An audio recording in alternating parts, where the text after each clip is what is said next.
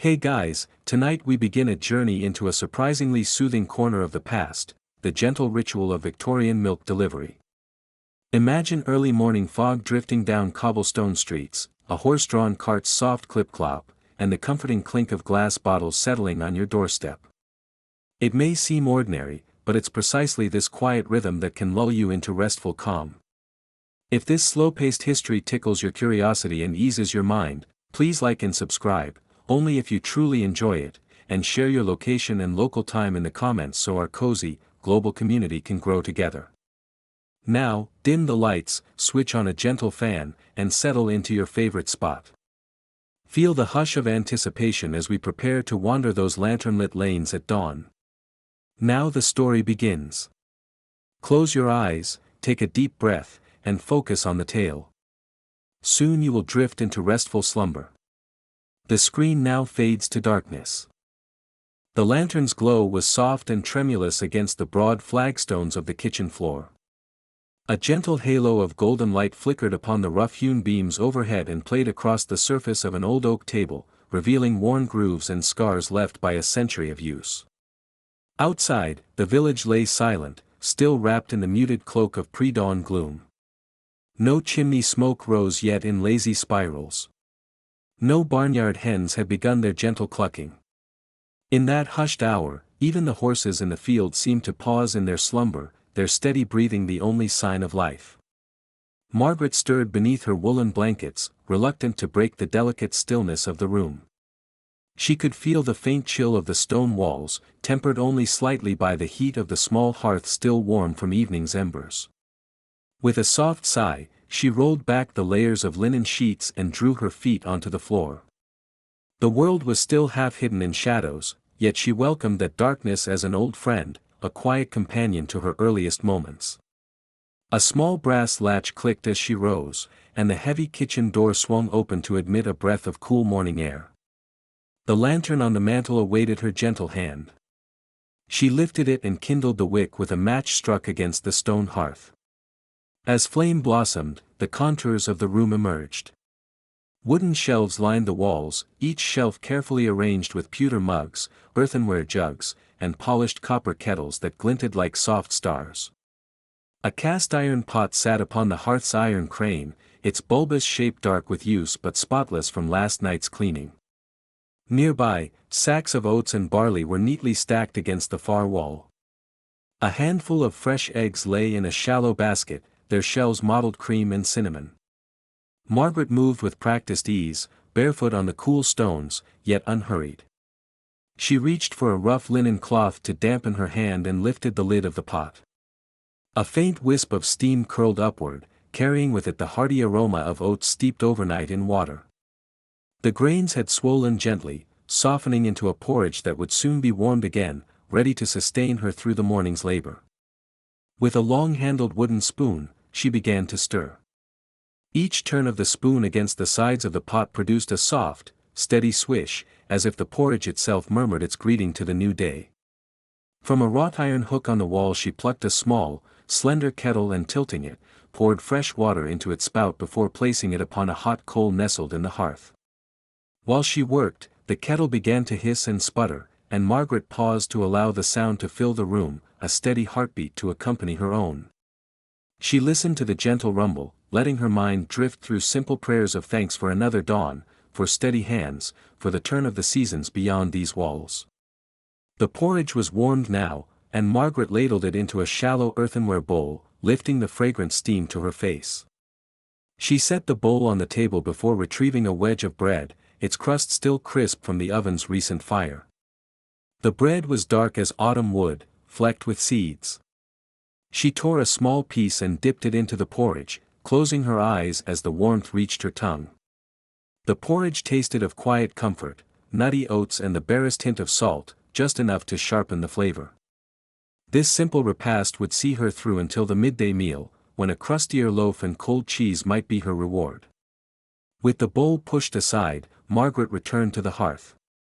The kettle was singing now, its whistle high and pure. She lifted it carefully by its wrought iron handle, settled a pewter mug beneath its spout, and waited as a stream of dark water cascaded in. The mug, cool to the touch, took on warmth instantly, steam billowing softly upward. Margaret placed a small tin caddy upon the table and produced 2 sugar cubes, weighing each in her palm before dropping them into the mug. She measured a generous pinch of strong black tea from a paper-wrapped bundle, tea that had come all the way from faraway colonies, carried in great ships and traded for wool and livestock. With a practiced hand she submerged the dried leaves in the hot water. The color bloomed, first pale amber, then rich chestnut. She stirred gently, listening to the metallic click of spoon against pewter, until the fragrance of tannin and warmth filled the room. Margaret wrapped her fingers around the mug, drawing heat into her palms. She paused, taking a small, contemplative sip. The tea was bitter at first, then mellowing into a subtle sweetness from the sugar, and finally softened further by the residual cream lining the inside of the pot from last night's wash. She set the mug aside and turned to the hearth once more to tend the porridge pot. With the spoon she scooped a small sample again, testing its warmth.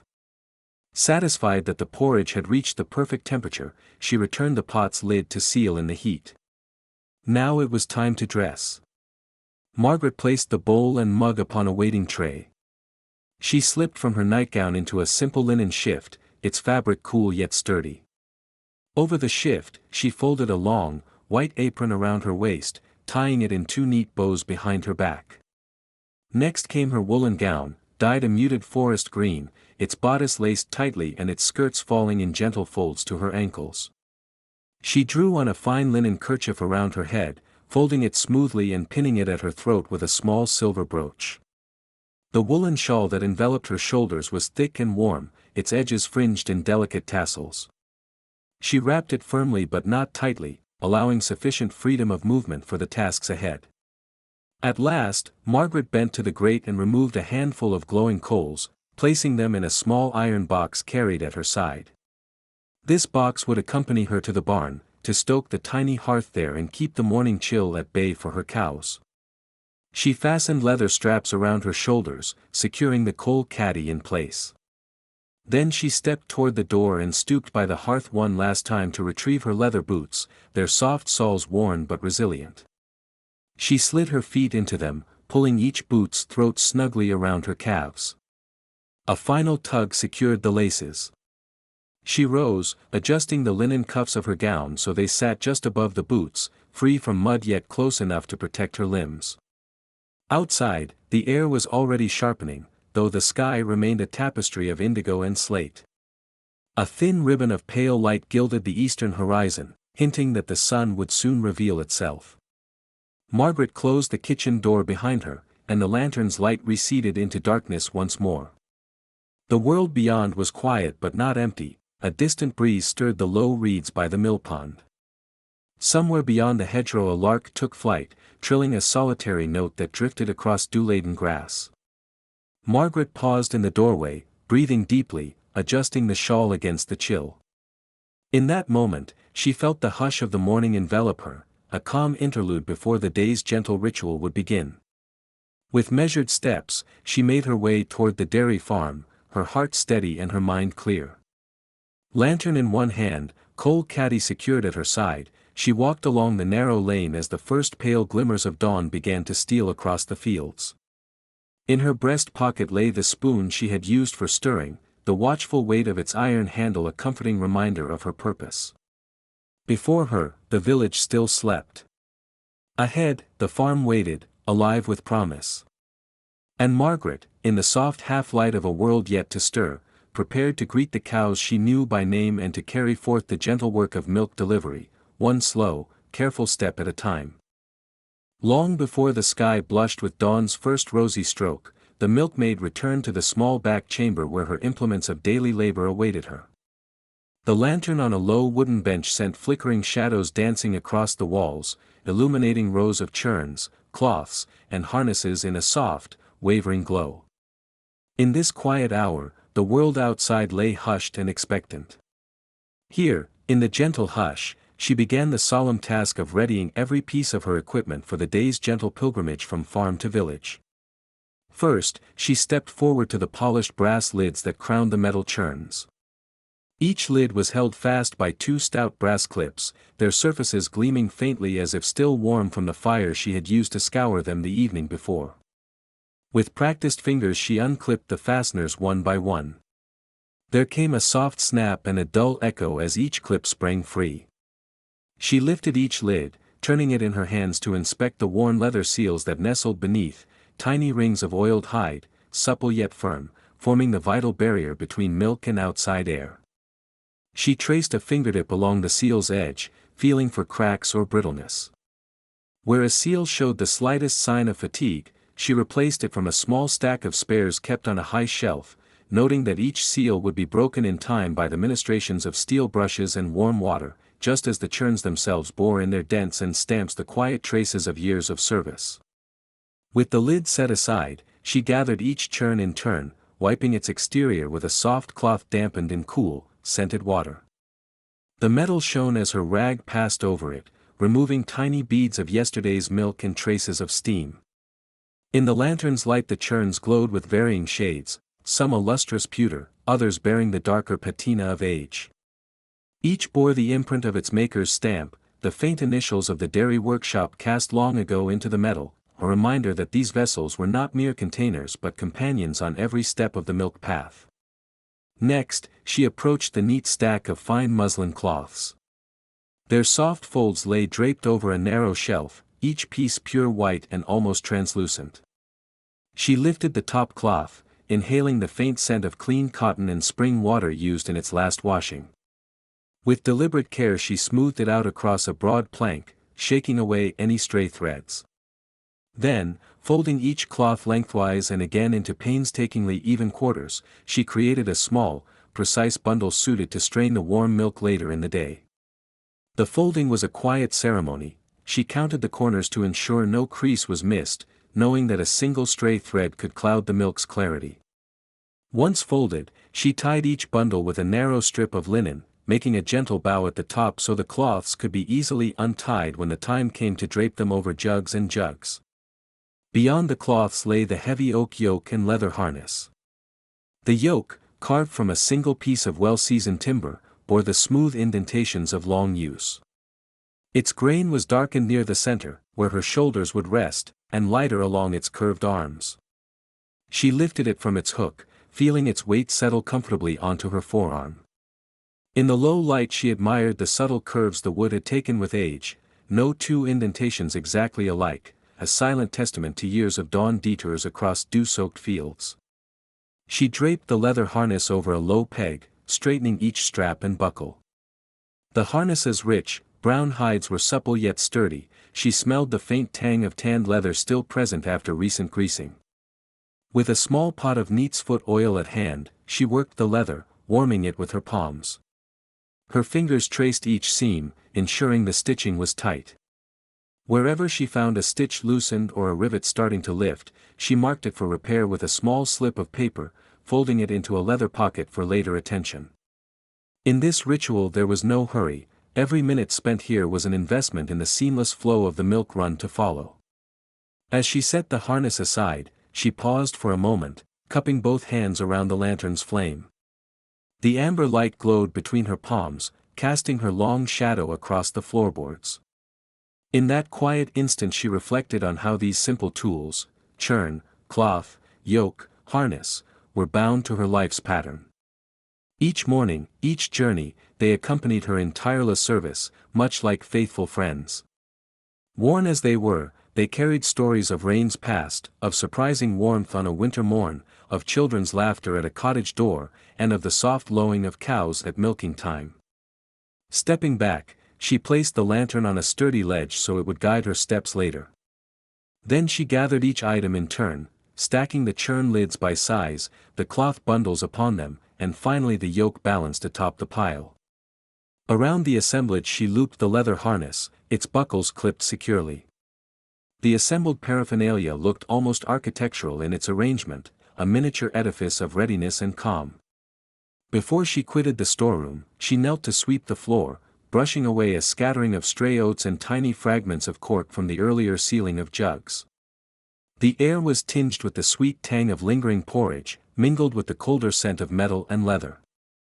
The hush that settled around her felt full, as if the walls themselves listened. At last, she rose and donned her woolen shawl, its folds drawn snug around her shoulders. Slipping into her leather boots, she tested each stride, feeling the cool wood beneath her soles. With the morning equipment in place, brass lids clipped, muslin cloths folded, yoke and harness oiled, she stood ready.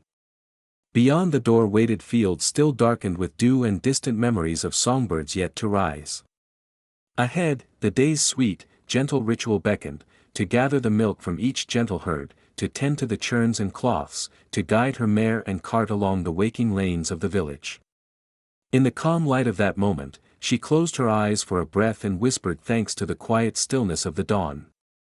Then, with her heart attuned to the steady rhythm of the day to come, she stepped forward into Chapter 3, crossing dew-laden fields. She steps from the threshold into the dawn chill, each footfall soft upon the dewy sward. Before her lies a quilt of damp grass, each blade jeweled with tiny droplets that tremble in the pale first light. The air tastes of yesterday's rain and the faint, moss-sweet scent of hedgerows. A hush stands over the landscape, as though night itself lingers in the hollow spaces between hedgerows and fence posts. She pulls her woolen shawl more securely about her shoulders and fastens the neck of her linen blouse, though neither garment truly wards off the lingering cold. The morning mist clings to her boots and hems as she advances. With each step, the wet blades brush against her skirt, sending cool plumes of moisture upward. She notes how the dew rolls into miniature rivulets along the stitched seams of her apron before dripping to the ground with a whispered plop. Beneath her feet, the fields slope gently, offering her a path between low stone walls and ancient hawthorn hedges. Those walls have stood unchanged for generations, their rough stones flecked with lichen. She pauses to run a gloved hand over the nearest stone. It feels cold and unyielding, yet it holds the faint warmth that daylight has already bestowed. A wren, startled by her presence, flits from a crevice and vanishes into the swirling white of the mist. She inhales deeply, tasting the clean, bracing air. At this hour, the world is so still that the faintest sound carries. In the distance, somewhere across the meadow, a cow lowing shatters the quiet. Its deep call echoes, then fades, and echoes again from across the field, as though spoken twice. She stands still and listens. Foot by foot, the underpinnings of her world come into audible focus. The soft scrape of her woolen skirt against the grass, the distant call of a farmyard fowl just stirring, the subtle hum of insects awakening in the hollow undergrowth. Each sound arrives gently, then dissipates into the pale gloom. Her breath shows in the air, little clouds that rise and drift before vanishing. She adjusts the leather straps of her oaken yoke, the weight of the churns at her waist reminding her that her journey has only just begun. Even so, she takes comfort in the predictability of her route, a well-worn corridor through the fields, where mist pools and hollows like pale water. Across a small draw lies a brook, though she cannot see the water, only hear its faint gurgle as it threads among mossy stones. In a moment, she will cross that brook over a plank of weathered oak, but for now she lingers on the far side. A shaft of early light filters through a break in the mist, striking the topmost of the low hedgerows with a faint gold. She squares her shoulders and continues, stepping around the hedgerow rather than beneath it, careful not to muddy her gloves or tip her churns. The dew-laden branches part to reveal a ribbon of barley swaying just beyond. The stalks are heavy with moisture, their seed heads bowing toward the earth. A stray breeze lifts one stalk, and a single drop of dew arcs through the air before splashing into the hollow of the field. She watches it fall, mesmerized for a moment before reminding herself to push on. The path curves, narrowing between two ancient ash trees whose gnarled roots break the surface in sinewy coils. She sidesteps the roots, mindful that a misstep might send her footing askew. Her heart beats in time with her measured pace, each step is deliberate, each breath drawn slowly to conserve warmth. In the hush, her pulse sounds like distant drumming, but only she can hear it. She wonders if the cows in the farmyard can hear the rhythm too, and if they sense her approach.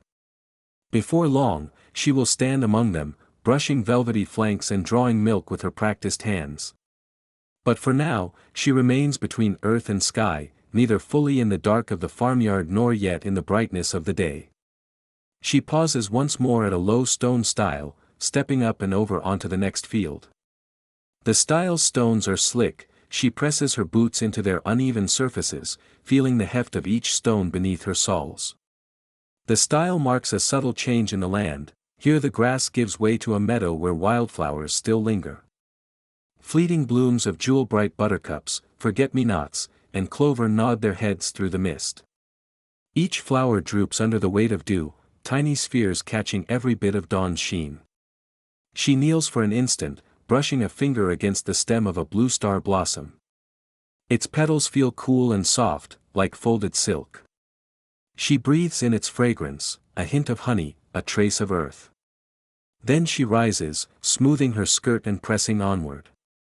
The mist begins to lift, ever so slowly. Through the haze she discerns the dark form of the old cow barn, its weather-bleached timbers stark against the soft gray.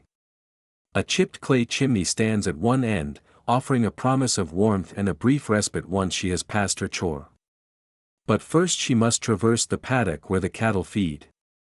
The lowing grows louder, more insistent now. As she approaches, the figures shift in her vision, dark silhouettes against milky sunlight, heads raised and turned in her direction. She lifts her chin and offers a gentle greeting, though her voice carries only a faint whisper, "Good morning, Bessie." "Good morning, Mary." "Good morning, gentle ones." No answer comes in words, but the herd's lowing ebbs slightly as they acknowledge her presence. She descends a small bank, boots sliding slightly on the damp earth. Careful not to startle them, she threads between two stout fence posts, stepping around a mound of soft cow. This first portion of Chapter 3 is 3,265 characters excluding spaces. Continuing to meet the 5,000 character minimum. She steadies herself against the rough bark of a nearby hawthorn, feeling its ridges beneath her fingers. The bark is damp to the touch, and tiny mosses cling in shaded crevices. Overhead, the hedgerow arches, forming a green canopy. Leaves quiver as the last wisps of mist drift away, and a pale beam of sunlight threads through a gap. The warmth touches her cheek, coaxing out a small smile. She tucks a stray lock of chestnut hair beneath her bonnet, then steps forward once more. Alongside the fence, a row of stone posts supports a weathered rail. Each post bears the scars of time, chips, scratches, the imprint of farm tools long since set aside. She traces them with her gaze as she walks, noting the deep grooves worn where cattle have leaned, rubbing their flanks in habitual contentment. At the far end, the rail parts to allow a diagonal crossing of the field. She follows that line, the grass here shorter, more trodden, as if many feet have passed this way before her.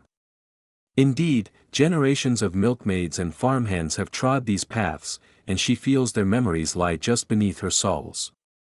She remembers the swing of the trees in her childhood, the hush of morning hunts with her father, the promise of a new day always first apparent in the grassy hollows. Though she has long since taken up this gentle ritual of milk delivery, every season renews her wonder. Here in early spring, she sees the first flush of green in the hedgerow shoots. Here in midsummer, she will find clumps of red clover. In autumn, the fields burn russet with fallen leaves. Today the fields lie fresh and still. A solitary lark rises above her head, calling out its clear, silvery song. She pauses to watch it ascend, tiny and bright against a pale sky. When it vanishes, she gathers herself for the final leg of her journey. Before long, she will step into the barnyard, set down her churns, and begin the work of milking. But crossing these dew-laden fields is more than mere transit, it is a time for quiet contemplation, for attuning her senses to the rhythms of the land. Each step reminds her of the earth's generosity, each blade of grass a sentinel marking the passage of night toward day. It is here, in the lingering cool and the soft glow of dawn, that her tranquil bond with the land is renewed. She lifts her chin, breathes deep, and lets the widening light guide her steps. The farmyard lies just beyond a final rise, its low stone buildings edged in that same new light. She can already hear the faint scrape of bucket against wood, the soft murmur of early conversation among farmhands.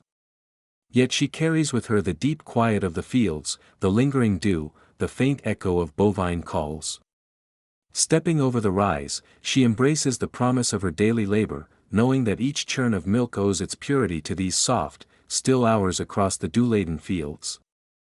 The low wooden gate creaked softly as she pushed it open, stepping under the worn lintel into the pale morning light that filtered through the barn's half-open doors. A faint, earthy scent rose to meet her, a mixture of damp straw, warm hay, and the steady, comforting odor of cattle at rest. The barn lay hushed, save for the distant clatter of harness straps hanging on peg rails and the soft rustle of straw as the herd shifted in their stalls. She paused a moment, letting the gentle stillness settle around her, inhaling deeply before drawing her woolen shawl snug about her shoulders and advancing toward the row of stalls. Each stall held its own silent occupant, the divisions marked by stout oak boards, each smoothed by years of leaning shoulders and soft brows. The first cow, a young heifer named Clara, raised her head, large dark eyes blinking at the intrusion of morning. Her nose, lined with fine whiskers, quivered at the sudden breeze as the door swung wider. The milkmaid bent slightly, greeting Clara with a soft murmur, "Good morning, dear Clara," allowing her gloved hand to rest lightly on the cow's white and brown flank. The gentle murmur of her voice seemed to ease the heifer's wakefulness, and Clara exhaled a contented sigh, lowering her head once more to the hay at her feet. Onward she moved, pausing at the next stall where Mildred stood, her glossy black hide gleaming despite the lingering dew that clung to the fringe of her forelock. Mildred was a steady sort, known throughout the farm for her unflappable patience. The milkmaid reached into a leather pouch at her waist, drawing out a small cloth brush. With slow, measured strokes, she began to work the bristles through Mildred's thick coat, gathering minute flakes of wool and stray pieces of straw. Fine hairs drifted down like confetti, suspended for a moment in the narrow beams of dawn's light before settling to the floor.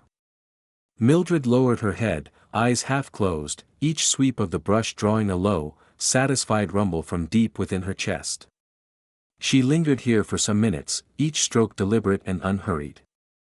With every pass, the milkmaid's thoughts wandered, tracing the gentle arc of the herd's rhythm, the steady pattern of names, Clara, Mildred, and others, each bearing a tender memory of last season's calves, of summer's cool shade beneath the elm trees, of autumn's crisp dawn. Her hand moved automatically as she remembered how each animal responded to a certain cadence of voice, a particular angle of brush. At the far end of the row stood Bessie, the oldest and most dignified of them all. Time had crowned her with a rim of silvery hair around her muzzle and a slow deliberation in her step that spoke of years counting the turning seasons. Before approaching, the milkmaid lowered her head in a small gesture of respect. She had known Bessie since her earliest days on the farm, and there was a bond between them that transcended mere labor. Reaching for a second brush, a softer one with natural bristles, the milkmaid began to groom Bessie's coat. Each brushstroke was a soft caress, moving with the grain of the cow's hair. Dust and dried bits of hay fell away, revealing a sheen beneath, and Bessie's eyes grew heavy, her body relaxing into the rough-hewn wood of the stall's wall. "Easy, girl," the milkmaid whispered in a tone that combined warmth and quiet authority. She spoke slowly, drawing out the words as though they were petals drifting on a still pond. "You're looking well this morning, Bessie. We'll have a fine harvest of milk today, thanks to you."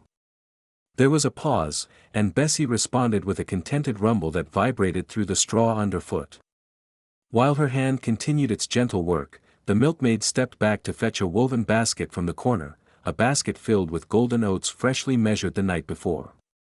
She positioned a sturdy wooden feeding trough at the front of the stalls, its long trough brushed clean and ready. With a soft clink of metal against wood, she tipped the oats into the trough, allowing them to spill perfectly even. The sound was muted, but to the herd it was invitation enough. The cows turned their heads, nudging gently at one another for position. Bessie was first to the grains, her slow, methodical movements matched by the careful, ladle-like manner in which she picked each oat. Clara and Mildred followed, the trio forming a quiet line of shared contentment.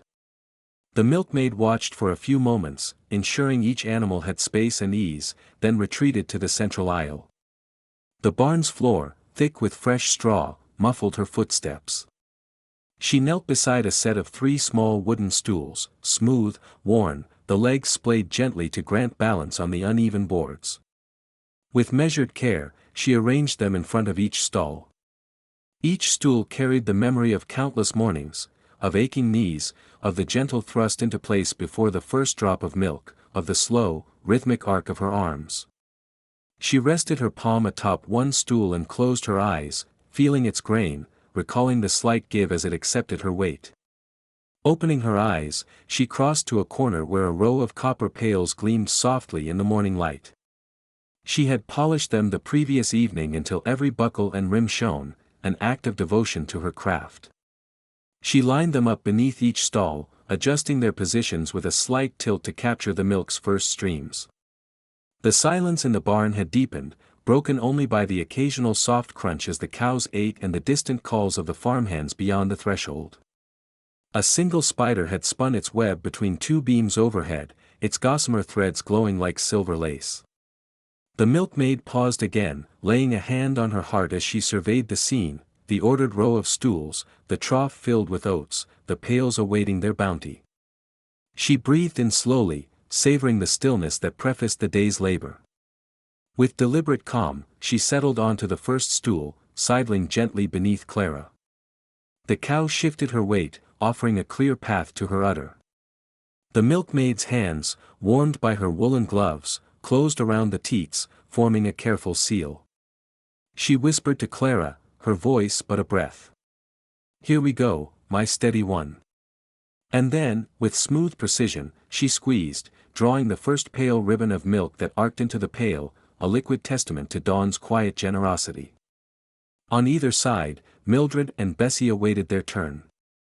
The milkmaid's focus narrowed to the rhythm she had honed over countless mornings: grip, squeeze, release, grip, squeeze, release. Each cycle was slow and even, ensuring the cow's comfort and the milk's purity.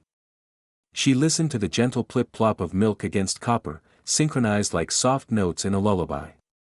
Above her, the roof timbers creaked ever so slightly as the barn settled in the cool dawn air. A stray mote of dust drifted through a shaft of light, glinting like a suspended star. Time slipped by unmeasured.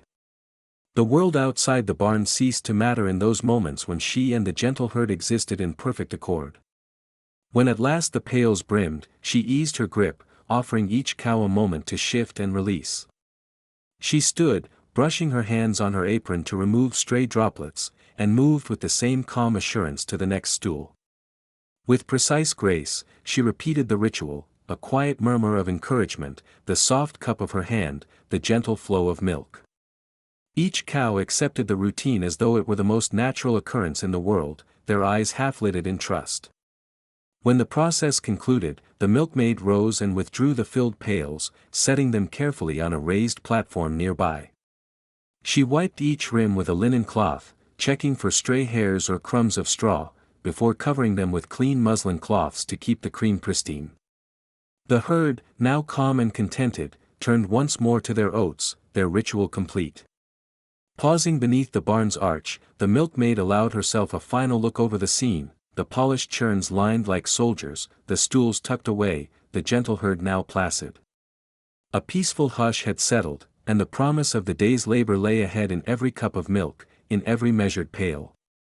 With a last soft word to Bessie, "Thank you, old friend," she stepped back through the gate, drawing it closed behind her. The creak echoed like a closing of a chapter, and she carried with her the sense of calm devotion that would guide her through the hours to come. A pale glow still lingers in the eastern sky as she settles herself upon the low 3-legged stool beside Mildred, the second cow of the morning. The hush of the barn is deep and gentle, broken only by the soft symphony of cattle breathing and the steady rustle of straw underfoot. From the previous chapter's quiet greetings, she now moves to the heart of her craft, the rhythmic dance of hand milking, performed with deliberate care and unwavering attention. Lifting a clean cloth from her apron pocket, she dampens it at the small wooden pail of warm water stashed nearby and gently wipes Bessie's familiar flank where Mildred brushes against the stall rails. The muslin-thin cloth slides across the hide, removing the morning's last traces of dew and dust. With each sweep, she murmurs a soft tone, a personal reminder that these animals are partners in her work. The barn smells of hay, faintly sweet churned feed, and the faint tang of moist earth, sensations that anchor her in the ritual to come. Positioning her stool just so, she lets one foot rest on a split rail, maintaining a balanced posture that will serve her wrists and back over the hours to come. She reaches for Mildred's udder, cupping it in both hands to test its temperature. It is warm, pliant, and full. She notes the slight yield to her touch, the gentle pulse of muscle beneath the skin. Leaning forward, she arranges her fingers around the lower teat, thumb and forefinger forming a ring, middle finger poised to close the ring just above the teat's tip. The other two fingers hover, ready to follow in succession. This is the time-honored technique that ensures a steady flow without harm. When she applies the first measured pressure, the cow nudges her side with a patient low. A pale, opalescent stream of milk arcs into the pail, catching the barn's slanted morning rays. A few creamy drops scatter on the wood before she adjusts her aim, inhaling deeply the cool scent of new milk mingled with hay. She shapes her hand as if squeezing a flower petal, coaxing the milk downward. The successive fingers close like a sliding gate. Rhythm emerges, 1 2 3 4, releasing the milk in gentle spurts. She matches the cow's breathing, both of them settling into the same calm tempo. As the pail slowly fills, she glances at the milk's surface.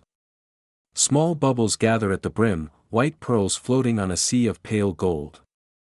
Between each handful of squeezes, she pauses to feel the milk line on her palm, checking for warmth and smooth consistency.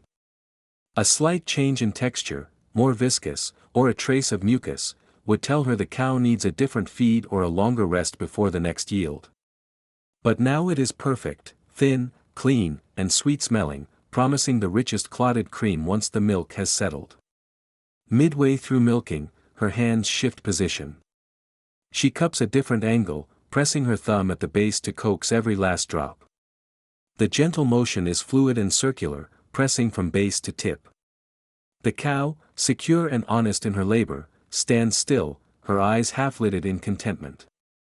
Occasionally the cow swishes her tail, and she reaches to stroke away a stray fly, whispered words of reassurance accompanying the gesture.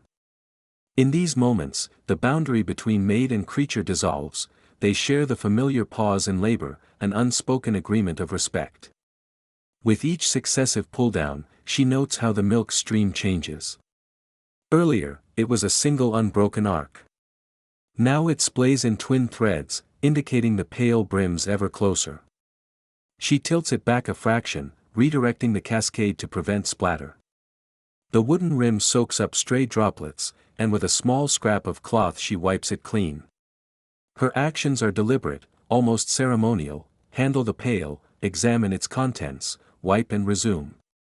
The chill of the barn floor seeps upward through her leather boots, but her hands remain warm from the contact and the steady exertion. Each cow demands a slight adjustment in approach. Bessie's udders are rounder and more tender than Mildred's, requiring a gentler touch. Jenny, the younger heifer, tends to jerk at unexpected motion, so she hums softly to settle the animal's nerves. She measures the grip accordingly, firmer enough to express the milk, yet soft enough to reassure. Over years, she has learned each bovine's temperament and yield, committing their individual patterns to heart. The slow precision of this morning ritual is as much about listening to the animal as mastering the technique. By the time she has finished with Mildred, the pail is 3/4 full, an opulent reservoir of lifeblood for the morning's deliveries. She brushes her fingers against her palm, gathering any milk droplets and returning them to the vessel. Rising to a standing posture, she shifts the pail to a lower hook near the stall. The sound of milk sloshing over wood is muted and intimate, like rain pattering on a broad leaf. She takes a step back, giving the cow space to rise and stretch. A quick inspection ensures there are no signs of soreness or injury. Today's yield was clean and smooth, a testament to her careful hands. Traversing the straw-covered aisle, she moves calmly to the next cow. The barn is coming alive with the gentle clinks of pails, the soft rustle of hay, and a chorus of quiet lowing. Light from the open barn doors begins to pool on the floorboards, mingling with the lantern glow still swinging in the rafters. She finds herself in a place between night and dawn, where motion is deliberate and time feels elongated. Each hand squeeze, each glimmering arc of milk, each gentle pat of reassurance echoes the centuries-old tradition she carries forward. As she works, her mind wanders to the moments ahead. Soon she will filter and cool this milk, load the churns, and set out with her faithful mare. But in the present, there is only the tactile communion of skin and hide, the soft rhythm of compress and release, and the unfolding sunrise outside the open door. It is here, in the hushed heartbeat of the barn, that the true art of hand milking reveals itself, a quiet patience, a trained sensitivity, a devoted regard for life's simplest gift. When she has completed the last teat of the final cow, the series of pails stands at attention like metal sentinels, brimming with fresh morning milk. She straightens her back, wiping perspiration from her brow with a clean hand. She whispers a word of thanks to each animal as she moves on. Thank you for your trust, for your steady yield, for this nourishing gift. One by one, the pails are carried to the small wooden bench by the barn door. There, she will wrap them in cloths and line them in a low trough of spring water to cool. But that is the next chapter's gentle task. In this lingering moment, as the final echoes of hand milking fade into the barn's soft quiet, she feels the day truly begin. Her hands, now milk-warm and bearing the faint sweetness of cream, hold the promise of bread and butter, tea and porridge, laughter and daily sustenance. The art of hand milking is not merely a chore, it is a ritual that connects her to the land, the creatures under her care, and the long arc of history carried in the simple flow of milk. With a calm breath, she steps outside, the barn doors closing softly behind her, leaving behind the echo of human touch and the shining promise of dawn's first produce. The dawn chill still lingers in the air as our milkmaid steps back from the milking bench, the last gentle spurts of white cream dripping into her pail echoing softly in the wooden stall. She pauses for a moment, closing her eyes against the faint scent of hay and the warm musk of the dairy. In the pale glow of a single lantern, she gathers the small brass handle of her muslin cloth, folded into neat layers on the stone ledge beside her. This is the rhythm of her mornings now, the slow passage from milking to the quiet ritual of filtering and cooling. Here in Chapter 6, as the farmyard remains hushed save for the soft chewing of hay and the distant call of a barn swallow, she attends to the next crucial step that transforms her fresh hand-milked yields into the pure, cool milk that will grace so many breakfast tables. With careful fingers, she lifts the cloth, its fine threads almost translucent, a simple white veil that must catch every speck of dregs or stray hair. She unfolds it gently, mindful not to disturb its even weave. She drapes it over the narrow neck of a tall earthenware jug, the jug's lip a smooth, unglazed curve that presses lightly against the fabric's edge. Illuminated by lantern light, the folds of the muslin fall in graceful pleats, a little skirt of cloth awaiting the flow of liquid. A soft breeze drifts through the half-open window, carrying with it the earthy perfume of damp leaves and the just warm scent of clay. It slips across the jug and ruffles the folds of cloth in a breathy dance, as if nature itself wishes to watch the milk's transformation. She grips the pail by its iron handle, now warmed by the day's gentle work, and steps close to the jug. Every motion is unhurried, deliberate. The first tilt brings a thin golden ribbon of milk cascading onto the center of the muslin. For a heartbeat, she pauses, watching how the liquid fans outward, seeking the fabric's edges, drawn by gravity and the cloth's thirsty weave. She tips the pail further, coaxing the stream slower, steadier, so that no turbulence disturbs the clarity. Tiny bubbles rise and break quietly at the rim of the jug's mouth, then melt into the cream-tinted surface below. The milk seeps through, carrying only its pure heart into the jug, while any heavier sediments rest above, held fast by the muslin's gentle barrier. Each time the cloth begins to grow heavy with the fine particulates it has caught, she touches the edge of the judicious fold, draws it aside, and pats away the grainy remnants. A soft brushing sound accompanies this, so low that one must lean to hear it, like a memory of rain on distant roofs. Then she smooths the cloth back into place, ensuring no stray particle can escape. The process repeats until the entire pail is emptied, until each measure of milk has dribbled through, so clear that it seems to shine from within. She tips the empty pail backward, listening to the final plink of drips, and then sets it down on the flagstone floor, where the morning light has begun to pool in widening arcs. In the corner of the dairy room stands a low stone trough, carved generations ago from local limestone. It bears the mark of years, lichen stains around its rim, tiny chips at its edges from stray churns, and the faint streak of mineral deposits where water has ebbed away. She retrieves a copper dipper from a rusty nail near the trough's lip, sliding its handle free with a soft clatter.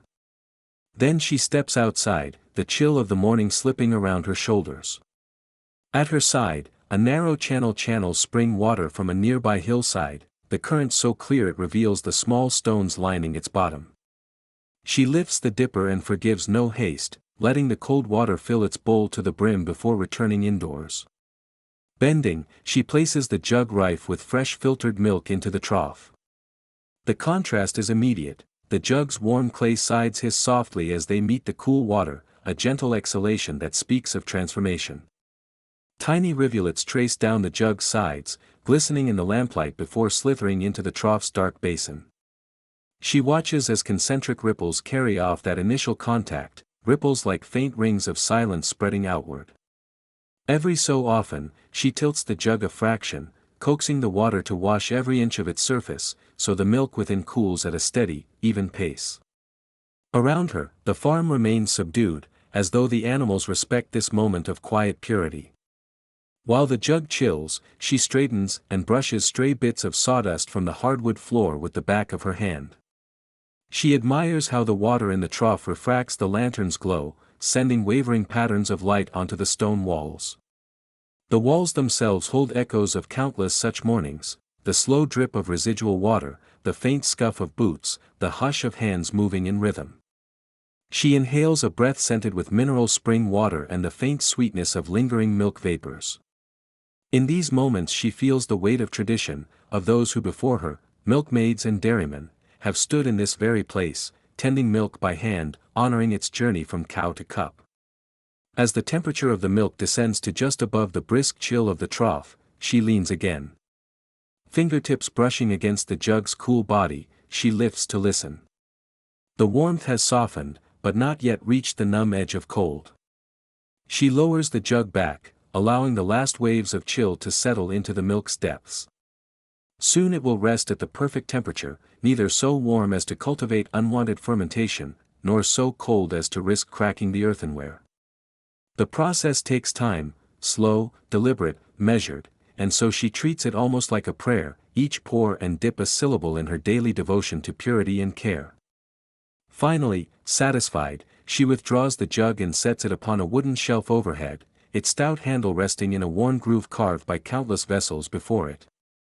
She drapes a clean cloth nearby, ready to polish the jug's surface later, once she has seen to the other jugs lined up in a neat row. In the soft hush she steps back, surveying her handiwork, 5 jugs, each quietly cooling in its own basin of spring water, the only sound a distant drip and the faint sigh of a breeze through the open louver. Beyond these simple tasks lie the next steps, loading the churns, sealing lids, harnessing the mare, but for this moment, the morning stands still in reverent calm. This filtered, cooled milk will become the lifeblood of the day for many, mingled into morning tea, spooned over porridge, poured into tiny jugs on polished sideboards. And when she returns at dusk, she will reflect on how each measured step, milking, filtering, cooling, ensured that every household receives not merely milk, but a gentle ritual brought forth by her steady hands. For now, though, she tucks away her tools, extinguishes the lantern's flame, and steps into the freshening daylight just beyond the farmyard door. Ahead waits the loading of churns, the gentle creak of cart wheels, and the long road through village lanes. But in this chapter of quiet transformation, she honors the stillness that transforms warm cream into the cool essence of morning itself. Dawn's pale light slanted through the barn's open doorway as Annie stepped softly across the straw-strewn floor. The air here was cooler still than in the milking stall, carrying the faint musk of well-worn leather and the lingering warmth of yesterday's hearth. Before her stood a neat row of metal churns, their surfaces gleaming dully in the soft glow. Each vessel bore the faintest patina from decades of service, the slight ripples in the steel, the gently rounded rivets, and the brass clasps that clicked into place with reassuring firmness. It was here, in this hushed moment between tasks, that she prepared the day's bounty for the journey to town. Taking her time, she lifted the first churn onto a low wooden bench. Her fingers traced the cool metal, seeking any rough edge or stubborn speck of dust. Leaning close, she inhaled the clean, almost metallic scent of the churn's interior, ensuring it was spotless and sweet-smelling. Then she pressed the jug of freshly chilled milk against the rim, letting the ladle dip into the spring-cooled liquid. The milk shimmered in the pale light, pale gold with a faint sheen of cream at the surface. With each careful scoop, Annie eyed the meniscus of the churn, gauging by sight and by the gentle heft in her hand when the vessel felt half full. She paused to lift it, balancing the weight against her hip, muscles steady, until she was content that it held exactly the right measure. Below, on a small plank table, lay a modest set of brass scales. Annie placed the half-filled churn upon them, observing the delicate balance of weights. She adjusted a sliding iron marker until the pointer quivered at the central notch. Satisfied, she made a small chalk mark upon the lid's edge, a slender line to show that the churn contained precisely 10 pounds of morning milk. The chalk itself was kept in a narrow wooden box, its lid scuffed from years of rubbing and repelling moisture. She selected a piece of pale white that slid smoothly across the metal, leaving behind an inscription, Morn 7. These concise symbols spoke her secret language for each customer's order, the earliest route, churn number 7. One by one, she repeated the ritual. Each container received the same measured attention. She turned them to catch the light, inspecting seams for any sign of a loose rivet. A stray droplet of milk here could sully the finish, so she dipped a fine muslin cloth in cool spring water, wrung it until it was damp but not dripping, and traced it around every rim and latch.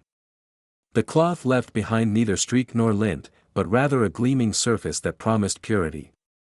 After wiping, she dried the metal with a separate scrap of linen that was entirely white and never used for anything else. Only when the churn looked as though it might have emerged for the first time from the foundry did she permit herself to move on. Clamping the lid required a practiced hand. Annie pressed the ring firmly against the churn's neck, then turned and pulled down the levered catch until it clicked and resisted. A small creak, almost imperceptible, accompanied the brass hinge. She gave the top a gentle twist, listening for any hint of wiggle. Satisfied at last that it was secure, she jotted a second chalk code, 10, for the 10 pounds bound for Mrs. Ashcroft's pastry stall, and A12 for the embryo butter churn belonging to the town creamery. Each marking was precise, economical, just enough to recall the day's schedule and customer without fuss. She stacked the lid side by side on the bench, careful to match them to their proper churn so as to avoid confusion on the road.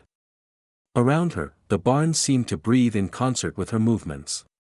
A stray beam of light illuminated a tiny spiral of sawdust beneath a workbench. Somewhere nearby, mice stirred in a nest of dried hay. The cattle in the next shed shifted in place, knocking softly against wooden slats. This hush was a counterpart to the day's busy hum, a moment of stillness before the careful clatter of harnessing and the rhythmic creak of wheels. In this calm, Annie felt anchored to the rhythms of both nature and labor, the morning's gathering of dew, the measured strokes of the ladle, the poised tick of the scales.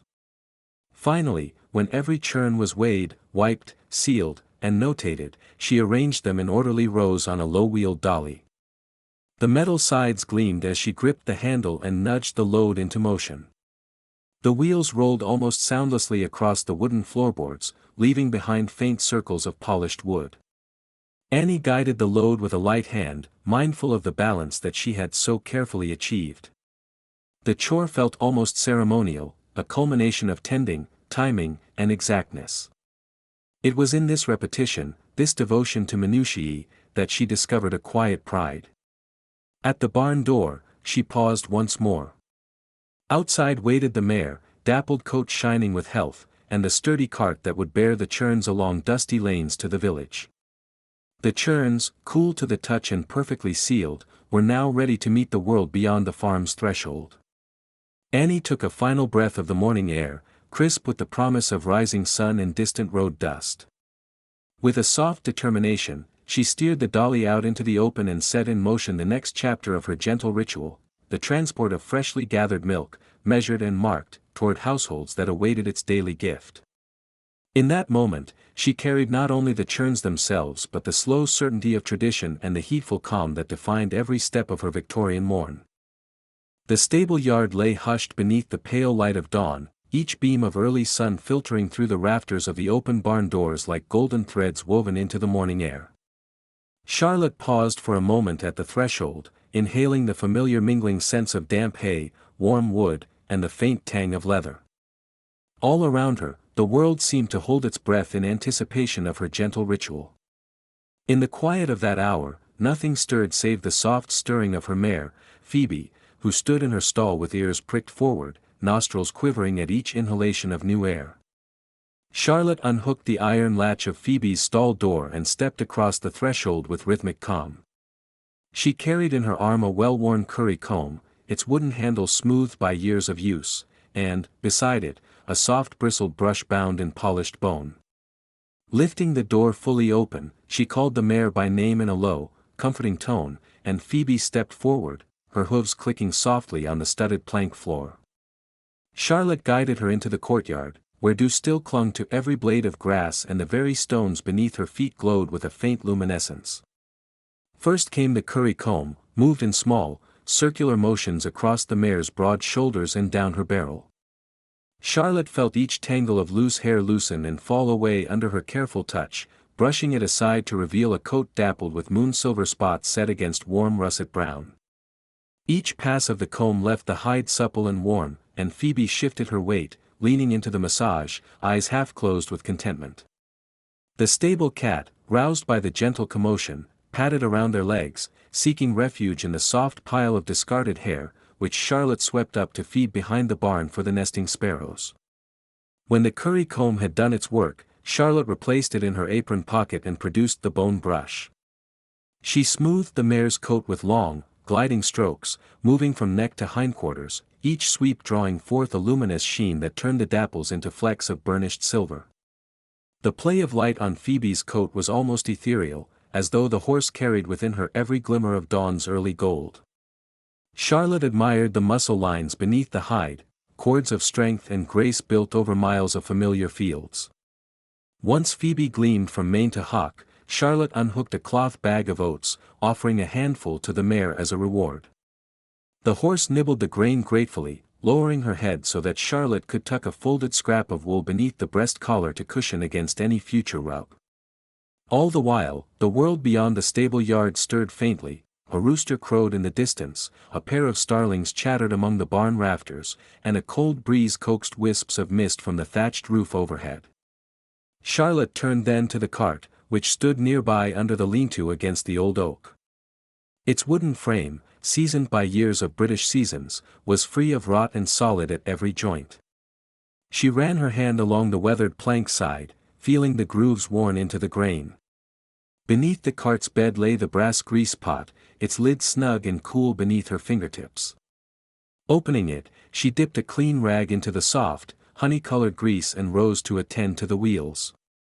Kneeling beside the cart's near wheel, Charlotte applied the grease to the iron rim with deliberate care, pressing the substance into every subtle groove that might have formed where will met axle. Turning the wheel slowly by hand, she watched as the metal turned against wood, the fresh lubrication banishing the memory of last night's squeak. Her palms grew flecked with golden smears as she repeated the process on the remaining 3 wheels, working methodically from one side to the other. Each turn of a wheel brought a faint hiss of release, as though the cart itself was sighing in relief now that it would move in silence. When the rims gleamed with a thin coat of protective oil, Charlotte rose and surveyed her handiwork.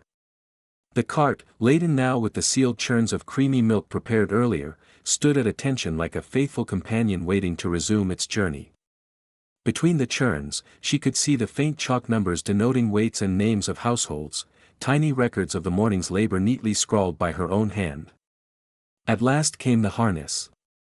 Charlotte retrieved the leather straps, collars, and buckles from the tack trunk set against the barn wall.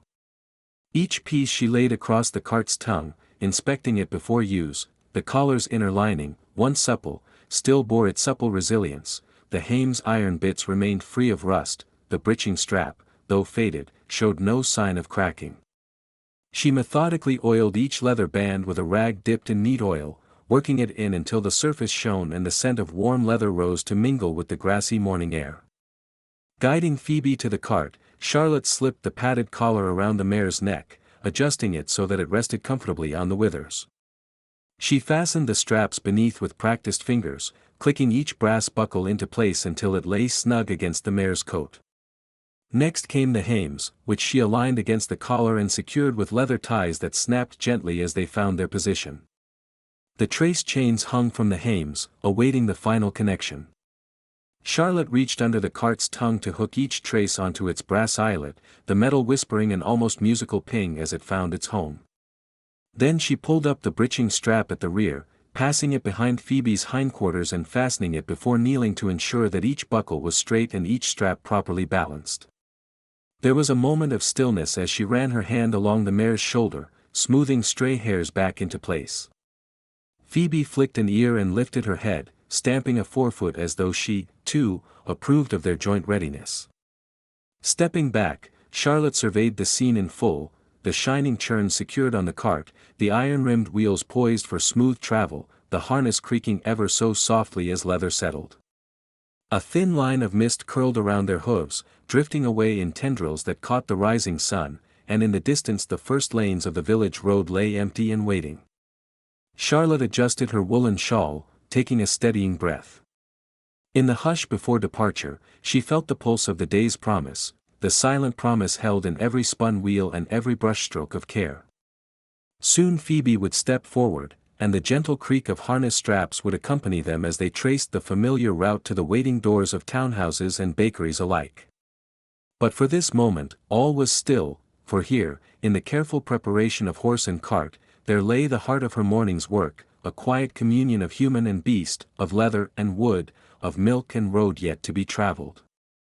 And so, at the edge of dawn, Charlotte lingered in that soft, golden beam, ready at last to call softly to Phoebe, and to set forth upon the gentle ritual that would carry them both into the waking world beyond the barn doors. The hour was still tender, a breath of quiet that fluttered along the hedgerows and drifted across the dew-soaked earth.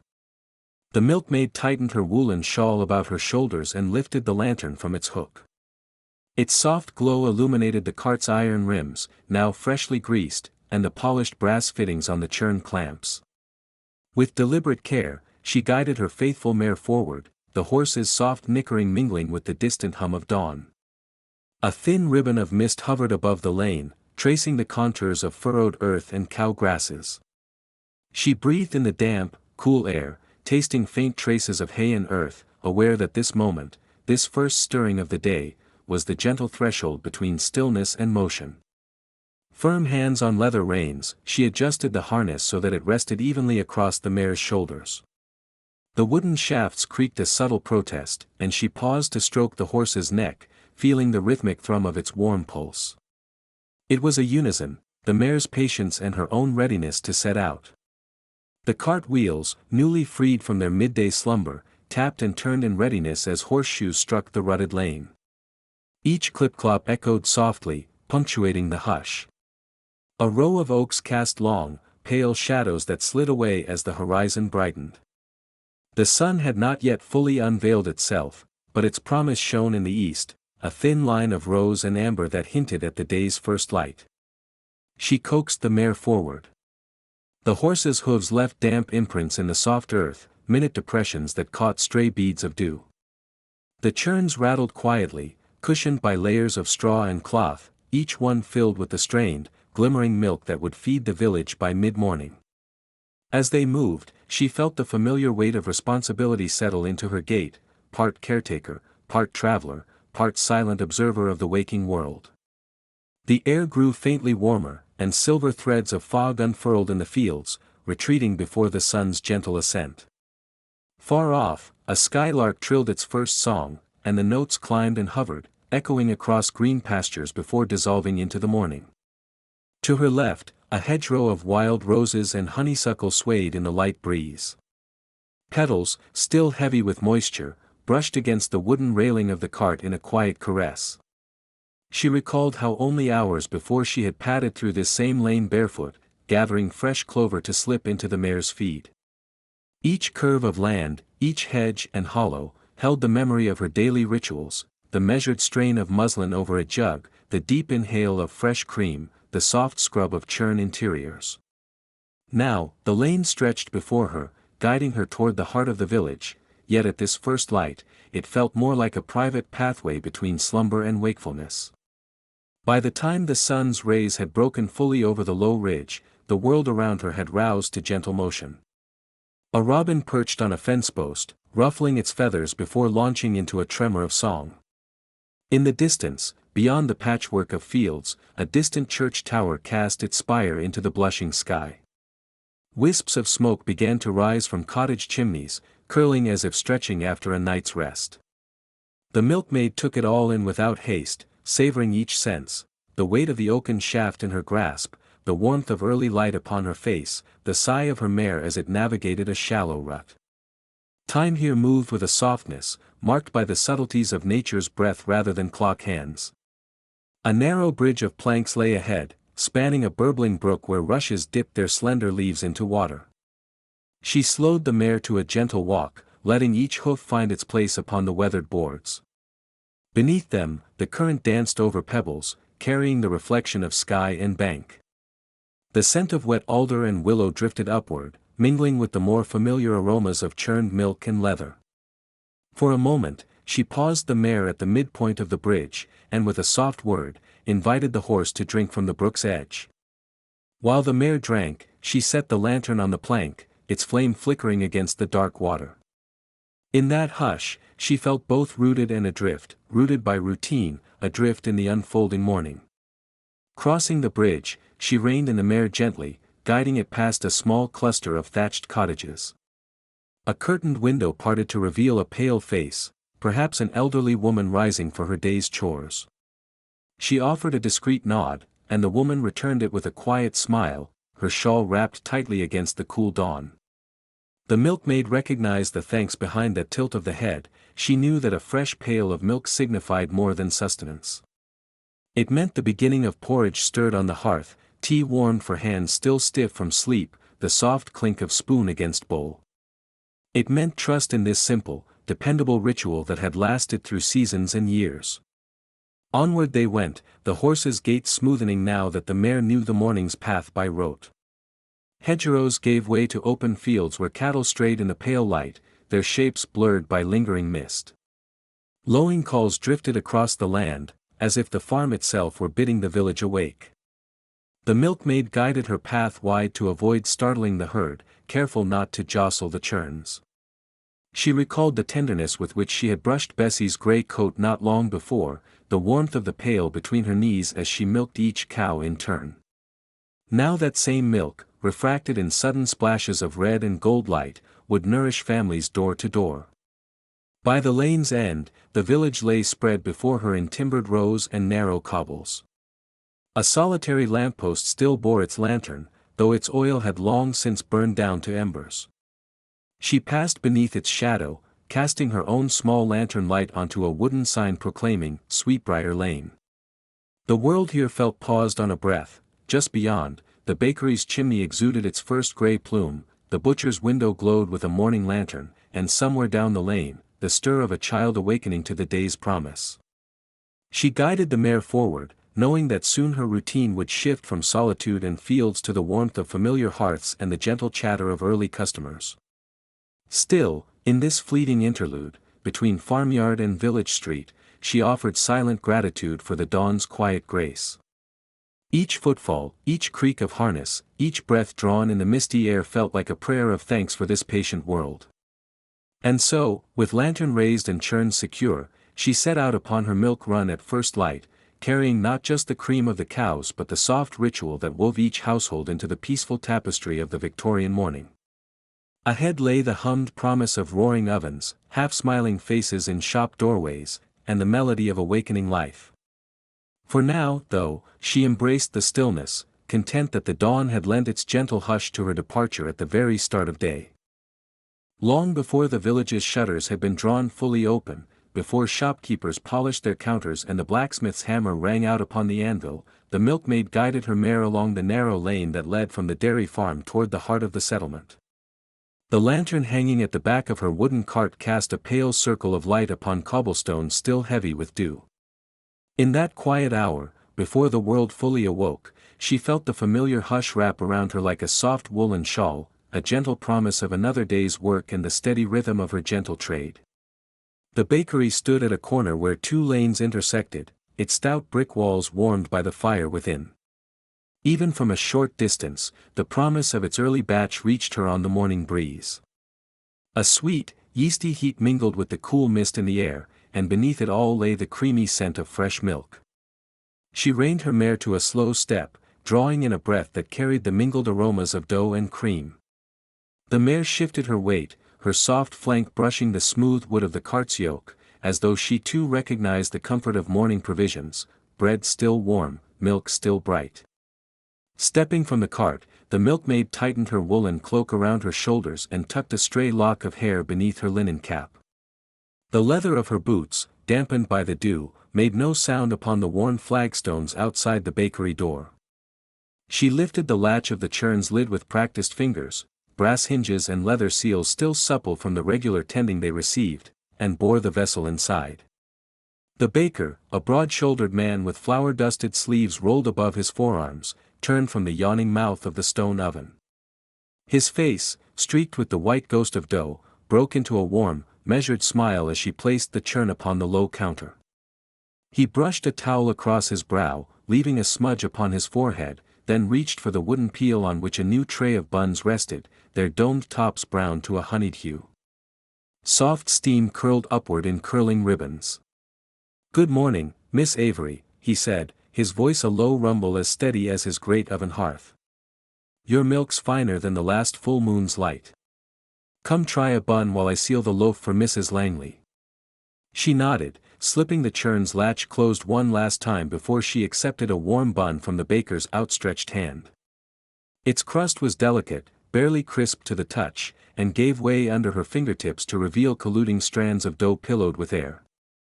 Bringing it to her lips, she inhaled the warm sweetness tempered by the faint tang of fermented dough, and then bit, feeling the soft interior yield with a quiet sigh. Tiny flecks of sugar glimmered across the pale crumb. They worked in companionable silence for a moment, she nibbling the bun with small, appreciative bites while he set a fresh loaf on the counter. Each loaf was a covenant between them, she offered creamy morning milk, and he returned the gift of bread, baked with care and rising in the pre-dawn hours so that every household might break their fast before the day's demands fell fully upon them. Their trade was simple, almost ritual, the churn exchanged for a basket of buns or a portion of crusty loaves wrapped in linen.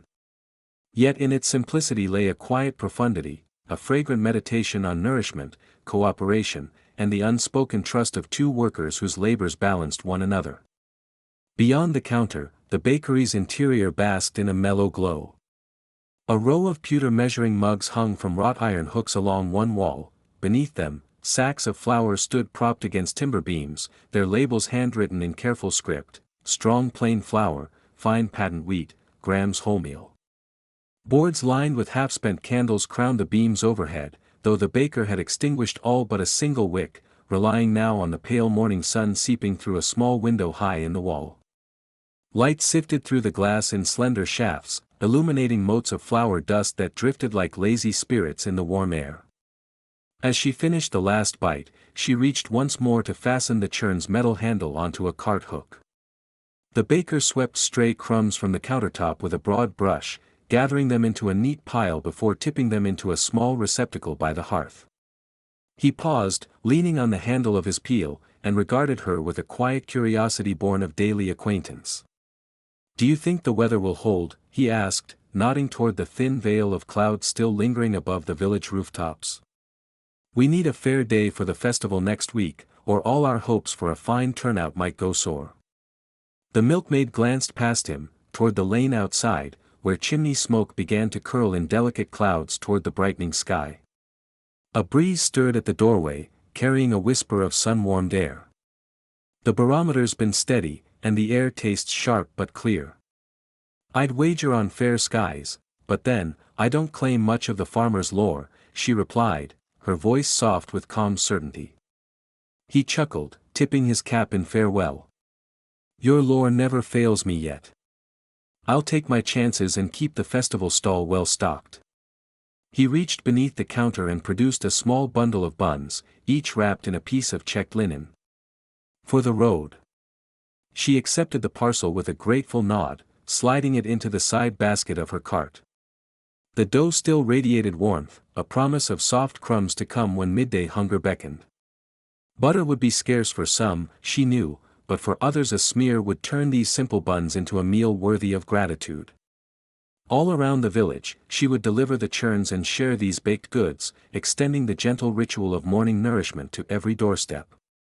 Gathering the reins, she paused at the threshold to survey the bakery one last time. The baker had returned to his kneading table, where he coaxed a fresh batch of dough beneath his strong, flour-dusted hands. Each stretch, each fold, was as deliberate and unhurried as the milkmaid's own measured work with cream and dippers before sunrise.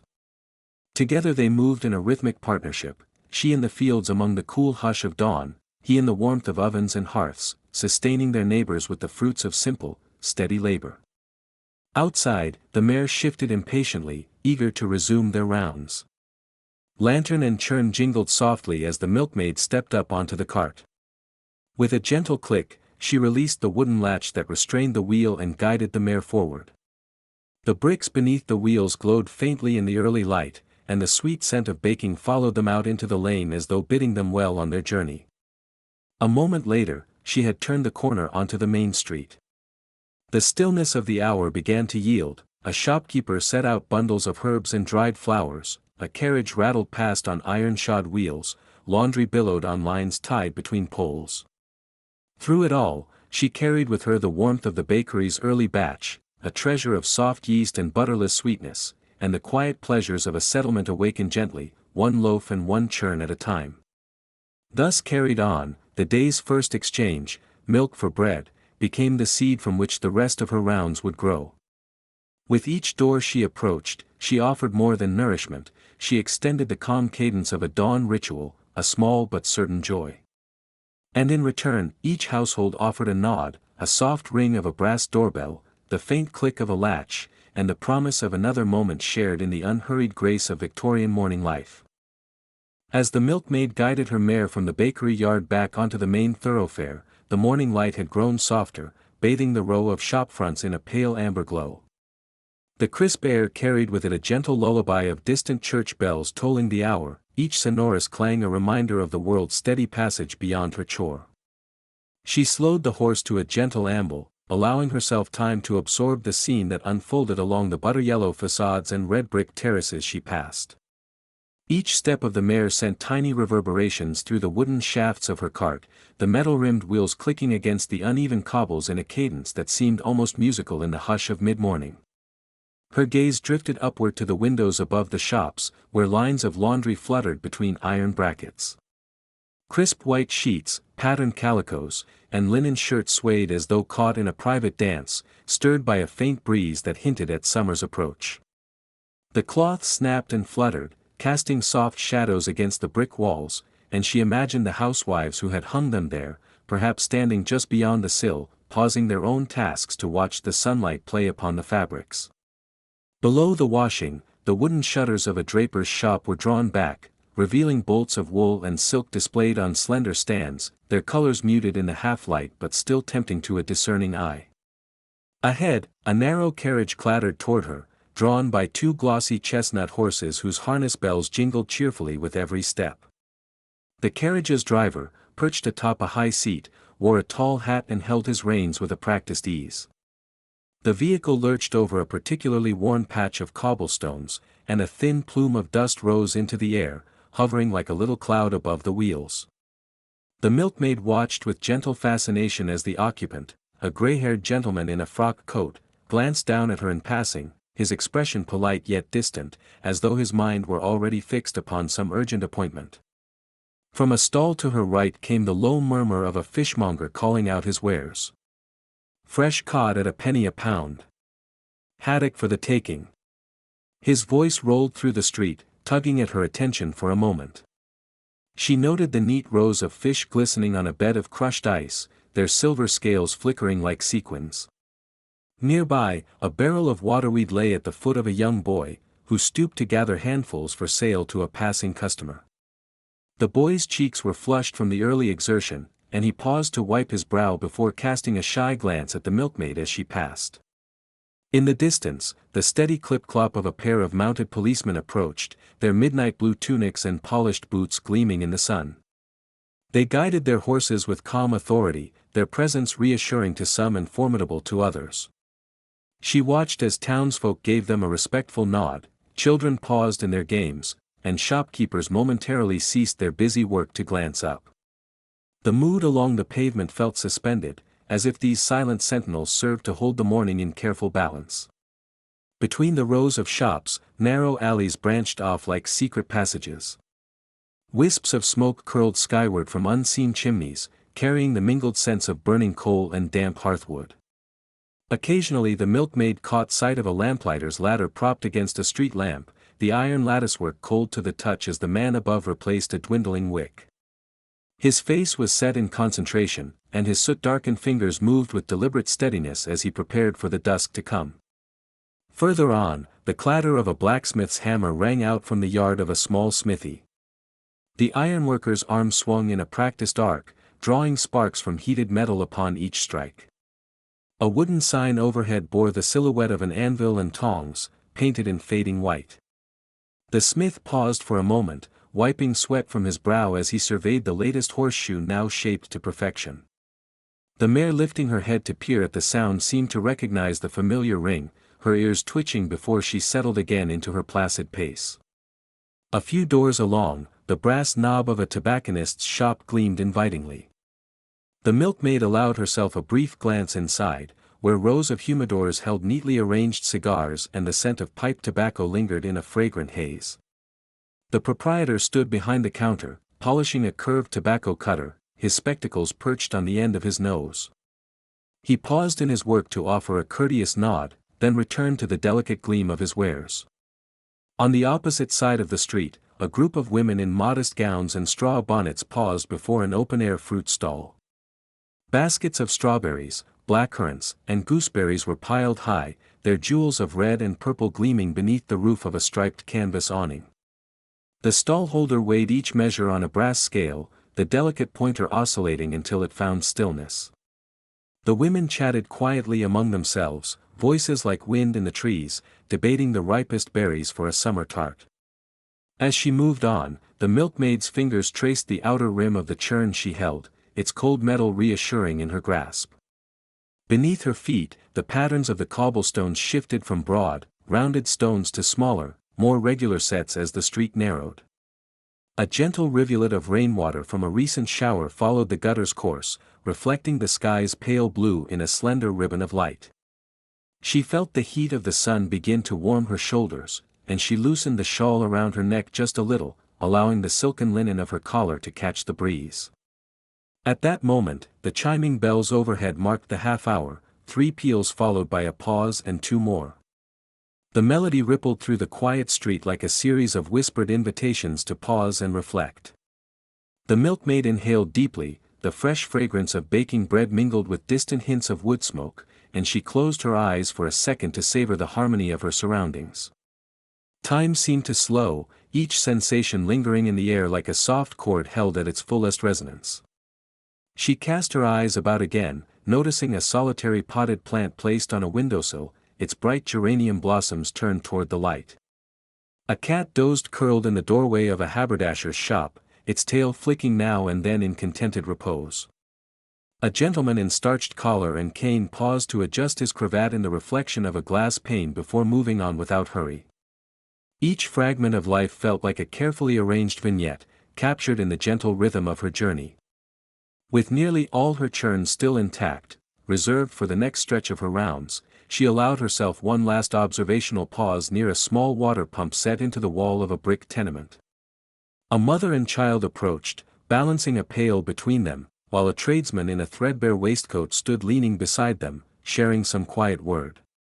The milkmaid's mare dipped her head to sniff the iron spout, and the child laughed softly at the horse's curiosity, offering a timid stroke of the blunt nose.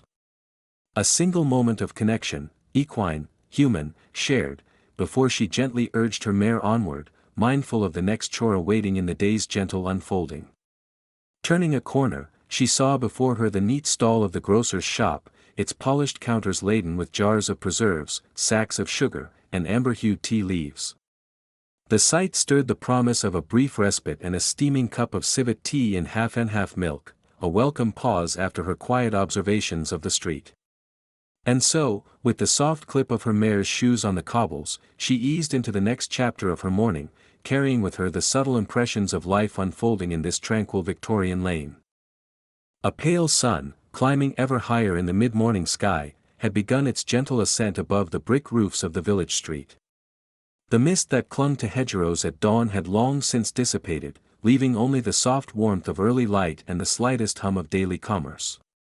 Our milkmaid guided her mare, Elsie, to a worn iron ring beside the grocer's stall, where sacks of sugar and heaps of dried herbs were piled against a brick wall. The mare snorted once, lowering her head to nibble a tuft of grass at the curb, while the wooden wheels of the cart settled into place with a faint creak. She unhooked the reins and patted the mare's dappled flanks, then turned her attention to the churns, shiny cylinders of tin and brass, still cool from the spring water baths that had tempered the morning milk. Gingerly, she slid each churn from its cradle, setting them in neat ranks along the edge of the stall. The polished surfaces caught the sunlight, reflecting pale streaks of gold across the cobblestones. Behind the counter, the grocer, Mr. Hawthorne, whom she had come to know over many weeks of deliveries, lifted the lid of a copper kettle. A pale green wisp of steam curled upward into the amber glow of the morning. The grocer's stall was an intimate alcove of strange and alluring fragrances, the faint tang of citrus peel, the earthy sweetness of black tea, and the comforting scent of new-baked biscuits that came from a neighboring baker's oven. A row of earthenware jars glinted behind him, filled with jars of apricot preserve, marmalade, and quince jelly. Each was topped with circles of muslin cloth, fastened by twine, and lacquered in translucent honey colors that caught the light like stained glass. She approached the counter in quiet reverence, setting aside her straw bonnet and lightly brushing a stray lock of hair from her forehead. The grocer smiled, his cheeks ruddy from the warmth of the stove tucked behind his stall. He fetched a pewter mug and slid it across to her. A quiet moment before the midday rush, he asked in his gentle, measured tones. She nodded, her fingers resting on the cool rim of the mug. From a small wooden box, he selected a porcelain teacup of pale sage green, its saucer painted with thin bands of gilt. She watched as he spooned a measured heap of tea leaves into a conical strainer, then lowered it into the kettle. He gave the leaves time to unfurl, their delicate aroma rising in soft wafts. Meanwhile, he fetched a sugar pot carved from polished walnut and offered her a silver spoon. With a hand that bore a faint sheen of morning dew, she dipped the spoon into the sugar pot and let 3 grains plunge into the waiting cup. The sugar sank slowly into the liquor of green tea as the grocer poured, the tea swirling with pale, milky ripples once she added a measured splash of fresh morning milk.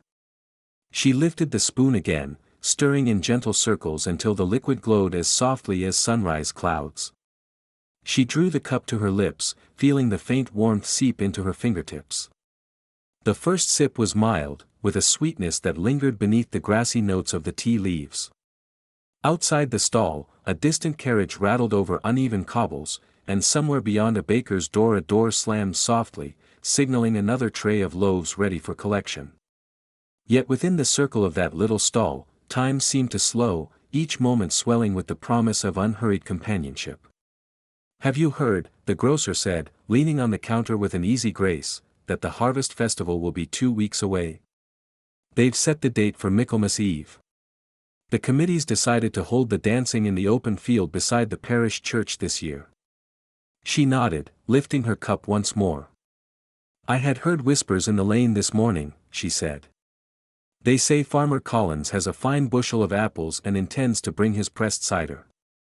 And Mrs. Faraday insists that her gooseberries will be the sweetest we've tasted in memory. Mr. Hawthorne allowed a warm chuckle. I'll be stocking jars of gooseberry jam better than any in the Shire. You ought to try one now, fresh, tart, and preserving that summer sunshine all the way through the cold months. With one hand, he reached behind him and removed a jar of pale green preserve. He unscrewed the lid, revealing plump berries glistening in thick syrup. Would you care for a spoonful? She hesitated just long enough for the promise of summer caught in the jar to be almost too much, then accepted the offer. The grocer handed her a demitasse spoon, its handle engraved with delicate scrolls. She dipped the tip into the jar, lifting out a single, oval berry. The preserve was cool, its syrup clinging lightly to the spoon. She tasted it, savoring the sweet tart tang that sang on her tongue, a bright reminder of hedgerows bending under midsummer's weight. A marvel, she said, and the grocer beamed with pride. You will have to set aside a dozen jars for your festival table. Or more, if you please. They fell into a gentle conversation then, of weather that had been kinder this year than last, of barn raisings and the fate of stray calves, of the fine ribbons Mrs. Carlyle would weave into her baskets of daffodils come spring. Stray customers drifted past, pausing to buy a pinch of tea or a small sack of sugar, but neither she nor the grocer offered more than a nod of welcome. Their world was contained in that moment between cup and saucer, between tea-soaked conversation and the distant prospect of celebration. Across the way, in the front window of the stall, rows of glass jars sparkled like gemstones. Currant jam, strawberry conserve, quince paste, all stood lined in perfect symmetry, each one catching the light in a crimson or rose-gold glow. She found herself studying the jars, imagining the hands that had plucked the fruit, stirred the pot over crackling hearths, and sealed each vessel against the hush of winter's chill. A splendid array, she murmured, scarcely knowing whether she addressed the grocer or her own thoughts.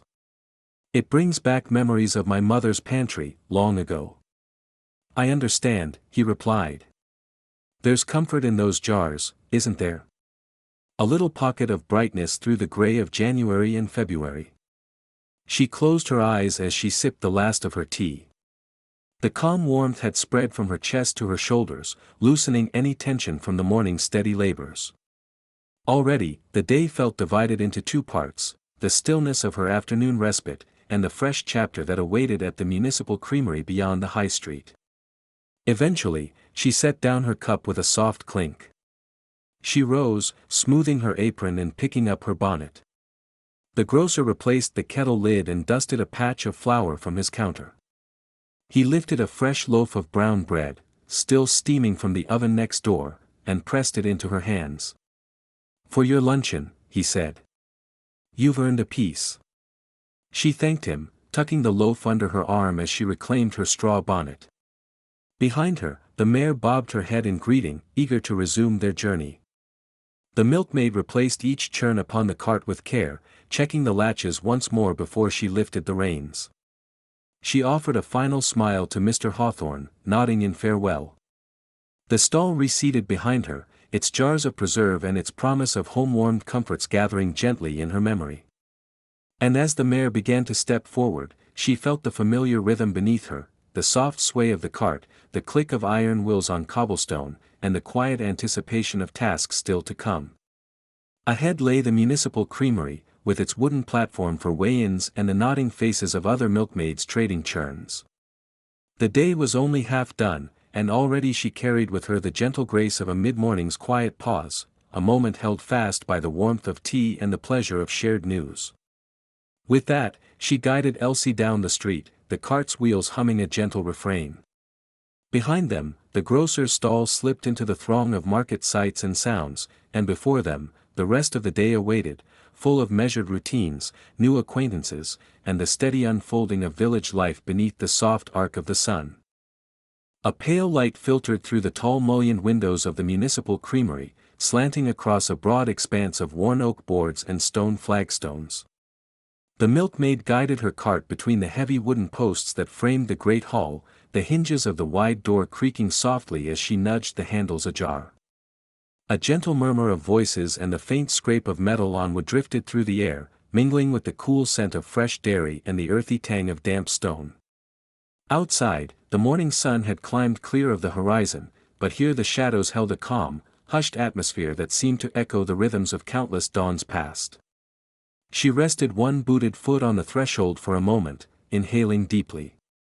Each inhalation brought a hint of succulent cream upon the breeze, underscored by the sweet sharpness of whey and the faint mustiness of old barn timbers. This was her mid-morning destination, the crossroads of every farmhand's careful labors and the communal pulse of the town's thirst. She leaned forward, brushing aside a stray lock of hair, and tapped the wooden platform with her churn-laden cart. The platform, a sturdy expanse of timber set level with the floor, was ringed by iron bands and supported by a concealed scale mechanism below. A corpulent clerk, his waistcoat neatly buttoned and his ledger clasped under one arm, glanced up as the milkmaid guided the cart into place. He raised a polished brass weight in one hand, measured the lower churn's contents with an expert eye, then tapped the scales beam lightly, as though coaxing the metal to settle. She waited in respectful silence, her hands folded at her waist, boots turned slightly outward, as the clerk registered each churn's heft. The familiar click of the beam as it aligned with the iron stamps equaled the pulse in her temples, steady and unhurried. Outside the windows, the world carried on, carriages rattled past, shopkeepers arranged wares at their street stalls, distant church bells recalled the hour. Inside, every heartbeat seemed slower, timed to the creaking of churn bands and the low hum of conversation. A fellow milkman stepped forward, his own cart's leather harness rattling as he approached the platform. They exchanged nods, their eyes meeting over the brass rims of churn after churn. No words were needed at first, only the quiet camaraderie born of shared dawn hours, frosty mornings, and the turning of countless dials on scales very much like the one before them. He tipped his weathered cap in greeting, and she offered a shy return gesture, her cheeks flushed by the effort of kneading her way through the heavy morning air. As the clerk finished weighing the last of her churns, he dipped his quill in a small inkwell set into the edge of his ledger. With precise strokes, he notated the weights beside each churn's registration number, his handwriting looping across the page like a measured dance. The milkmaid kept her gaze lowered, mindful of preserving the quiet dignity of this ritual exchange, yet she felt the prickle of anticipation. Soon, the empty barrels she had brought from the farm would be replaced by fresh churns filled with tempered milk from other suppliers, each a parcel of frosted cream awaiting her careful conveyance back to the village. A stout milkmaid in a navy skirt and linen bodice stepped forward then, her cheeks rosy from the cool stone floor and her hair neatly bound beneath a simple cap. She had already performed her exchange and now guided two new churns off the platform and into the waiting recesses of her cart. With a practiced thud, she set each metal boundary on the hardwood rails, chinking them gently into place. Warmth bloomed in the core of the milkmaid's hands as she admired that seamless operation, the smooth metal surfaces, the tight-fitting lids, the chalk numerals marking the churn's origins.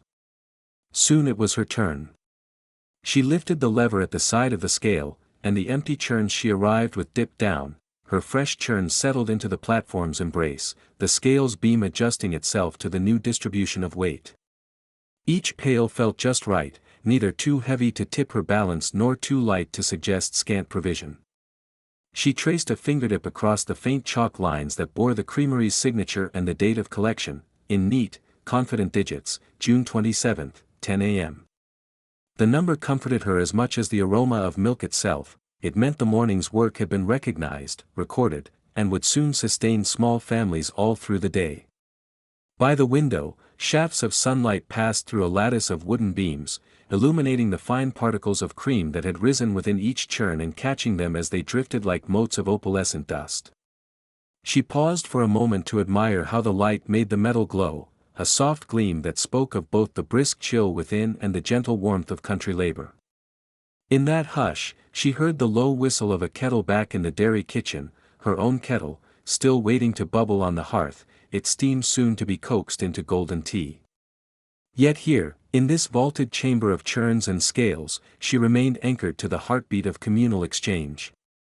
A slender beam of golden sunlight fell across the ledger, brightening the clerk's lines of numbers until they seemed to dance across the paper. He closed the book with a soft thud, lodging a ribbon bookmark between its pages.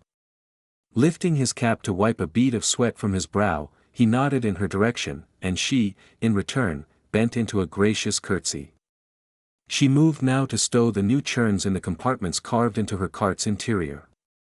The wood had been shaped long ago to cradle vessels of this precise girth and height, each bay a snug cradle that kept the milk from sloshing as the wheels turned on muddy lanes and cobblestone gutters.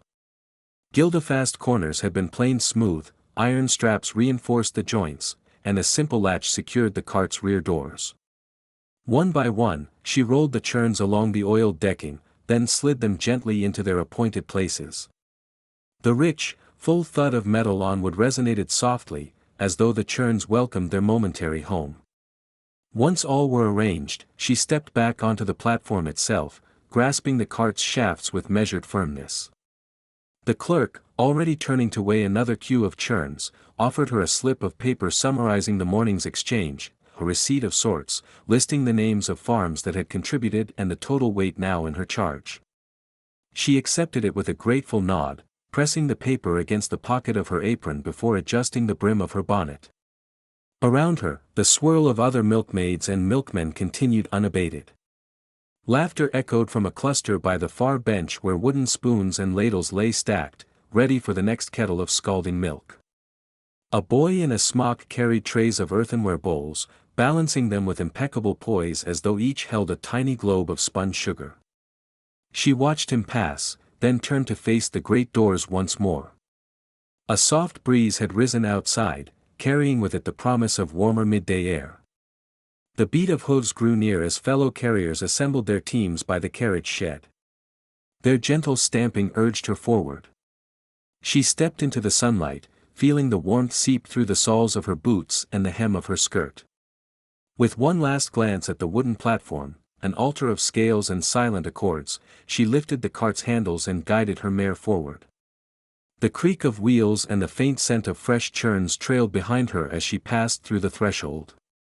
Before her lay the next chapter of the day's journey, the quiet respite under an elm at the field's edge, a crust of bread and a mug of tea to fortify hands made tender by hours of labor. But for now, she carried with her the gentle ritual of exchange that bound farm to village, dawn to dusk, and labor to sustenance. With a soft murmur of thanks to the clerk and a steady hand upon the reins, she led her mare down the lane, the new churns clinking in harmonious accord as the creamery's doors swung closed behind them. The sun, now climbing high above slender elm branches, sprinkled dappled light over the quiet hollow where the milkmaid drew rein. A gentle breeze stirred the pale leaves overhead, sending motes of dust and stray petals drifting in slow spirals before they drifted earthward. The mare, breathing softly, lowered her head to reach the stone trough brimming with cool water.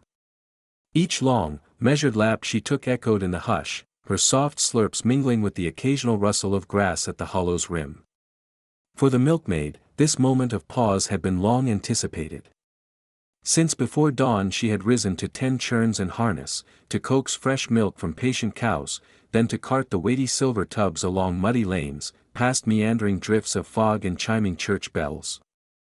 At the creamery's low wooden platform she had swapped empty churns for full ones, greeting fellow milkmaids and milkmen with nods that carried the shared understanding of such labors, of early starts and late finishes, of subtle triumphs in perfectly strained milk. And now, at the day's midpoint, she granted herself a brief, unhurried respite. She slipped from the cart, leather boots pressing gently into the sun-warmed turf. The mare raised her head to watch, one large eye soft and untroubled. With careful hands, the milkmaid loosened the harness straps draped across the mare's shoulders, guiding each brass clasp free until the beast stood unencumbered.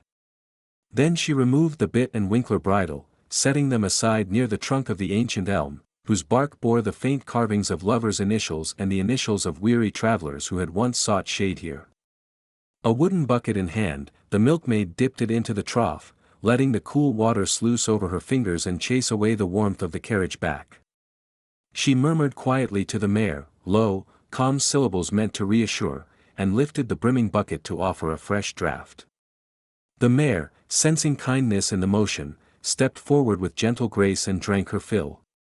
Each trembling slosh of water on stone was a small hymn of relief. Turning her attention to herself, the milkmaid unwrapped from her linen pack a modest repast, a thick slice of rye bread, its crust firm and golden, and a wedge of sharp cheddar cheese wrapped in beeswax paper. She sliced the bread against a small leather strap that served as a makeshift board, the blade of her knife glinting copper in sunlight. Each cut was precise, as though her mind still practiced the careful motions of milking. The dry scent of freshly baked grain rose as she tore a piece of bread and pressed a thin sliver of cheese onto it. Seated at the base of the elm, she leaned back until the rough bark cradled her shoulders. The breeze whispered through the canopy, carrying the distant scent of wildflowers from the meadow where she would soon have to pass again, laden once more with churns.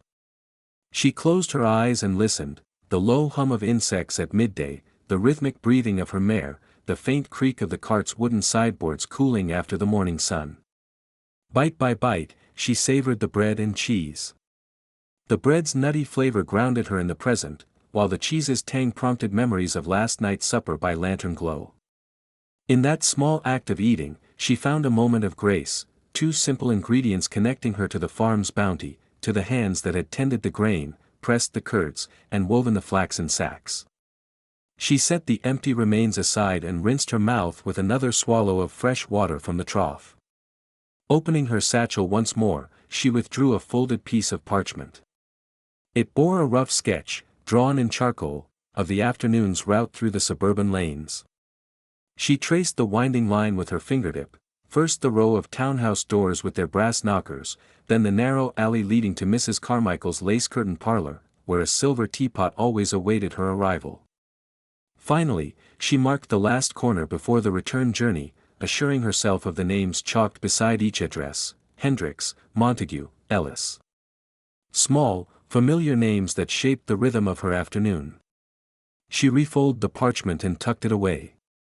Rising slowly, she stretched her arms overhead, feeling each vertebra in her back click into place after the long bend of the morning. The mare, now with her thirst sated, rolled her shoulders as though to shake off any lingering fatigue.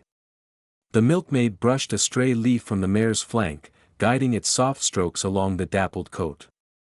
She whispered a gentle word of thanks to the creature, a companion as steadfast as any confidant. For a moment, she let her gaze wander toward the distant town rooftops, their red tiles glowing warmly in the afternoon sun. She recalled, fondly, the oven's glow in the baker's shop where she had been gifted a sweet bun in exchange for pure morning milk, and the florists dressing their stalls in bright petals. These recollections warmed her like a hearth fire. Then, feeling the steady pulse of the day's work in her limbs, she turned back to her mare and began to reattach the harness. Brass buckles clicked into place, leather straps fell snug and familiar against the horse's coat, and she secured the reins with deft fingers. She paused to glance once more at the surrounding fields, at the valley beyond where white clouds drifted across blue sky. This respite, she knew, was both an interlude and a promise that the afternoon would bring its own quiet joys, the polite greetings of housekeepers, the soft jingle of private bells, the hush of parlors warmed by coals. A final moment passed in silence. The mare stamped a hoof, ready to move. The milkmaid climbed into the cart, settling back against the polished wood and adjusting the churns so that they would not sway. She took hold of the reins, felt the familiar weight of expectation in her hands, and whispered, "Shall we?" The mare answered with a soft nicker and stepped forward. Wheels turned on the grassy hollow, releasing a soft sigh as they carried her away from the shade of the elm. The world before her lay glazed in golden light, full of hushed promise, as she guided cart and mare toward the next gentle chapter of her day. In that gentle pause, she had found renewal of spirit, of body, of purpose. And as the elm receded behind them, she carried its memory with her, the cool taste of water, the hush of leaves, the solace of bread and cheese, and the knowledge that even the quietest of rituals could sustain her through the long hours to come. The late afternoon sun had begun its gentle descent, turning brick facades to burnished copper and drawing long, drowsy shadows across the cobblestones of the suburban lanes. Evelina paused at the crest of a shallow rise, the mare's steps behind her hushed by the soft summer grass edging the road. In this quieter district, the hum of midday activity had dwindled to a barely audible murmur, the distant tinkle of children's laughter, a drip of rainwater from a lone gutter, the faint clop-clop of a solitary carriage making its way home. Here, beneath rows of modest townhouses crowned with slate roofs and framed by neat iron railings, she carried her churns as though bearing little parcels of sunlight itself. She untangled the leather strap that held 2 pewter churns against the side of the cart, her fingers steady despite the weight. Each churn gleamed faintly in the waning daylight, a testament to the morning's ritual care, sealed lids polished to a silvery shine, rims wiped free of stray drops, surfaces as cool and firm as confidence itself. Evelina lifted the first churn and placed it at the foot of a shallow stoop, mindful of the doorstep mat spread like a welcoming carpet of woven coir. The churn settled on its springy threads, and she straightened, brushing her woolen skirt free of stray blade tips before stepping back to discern her work. She drew in a measured breath and rang the little brass bell beside the polished mahogany door.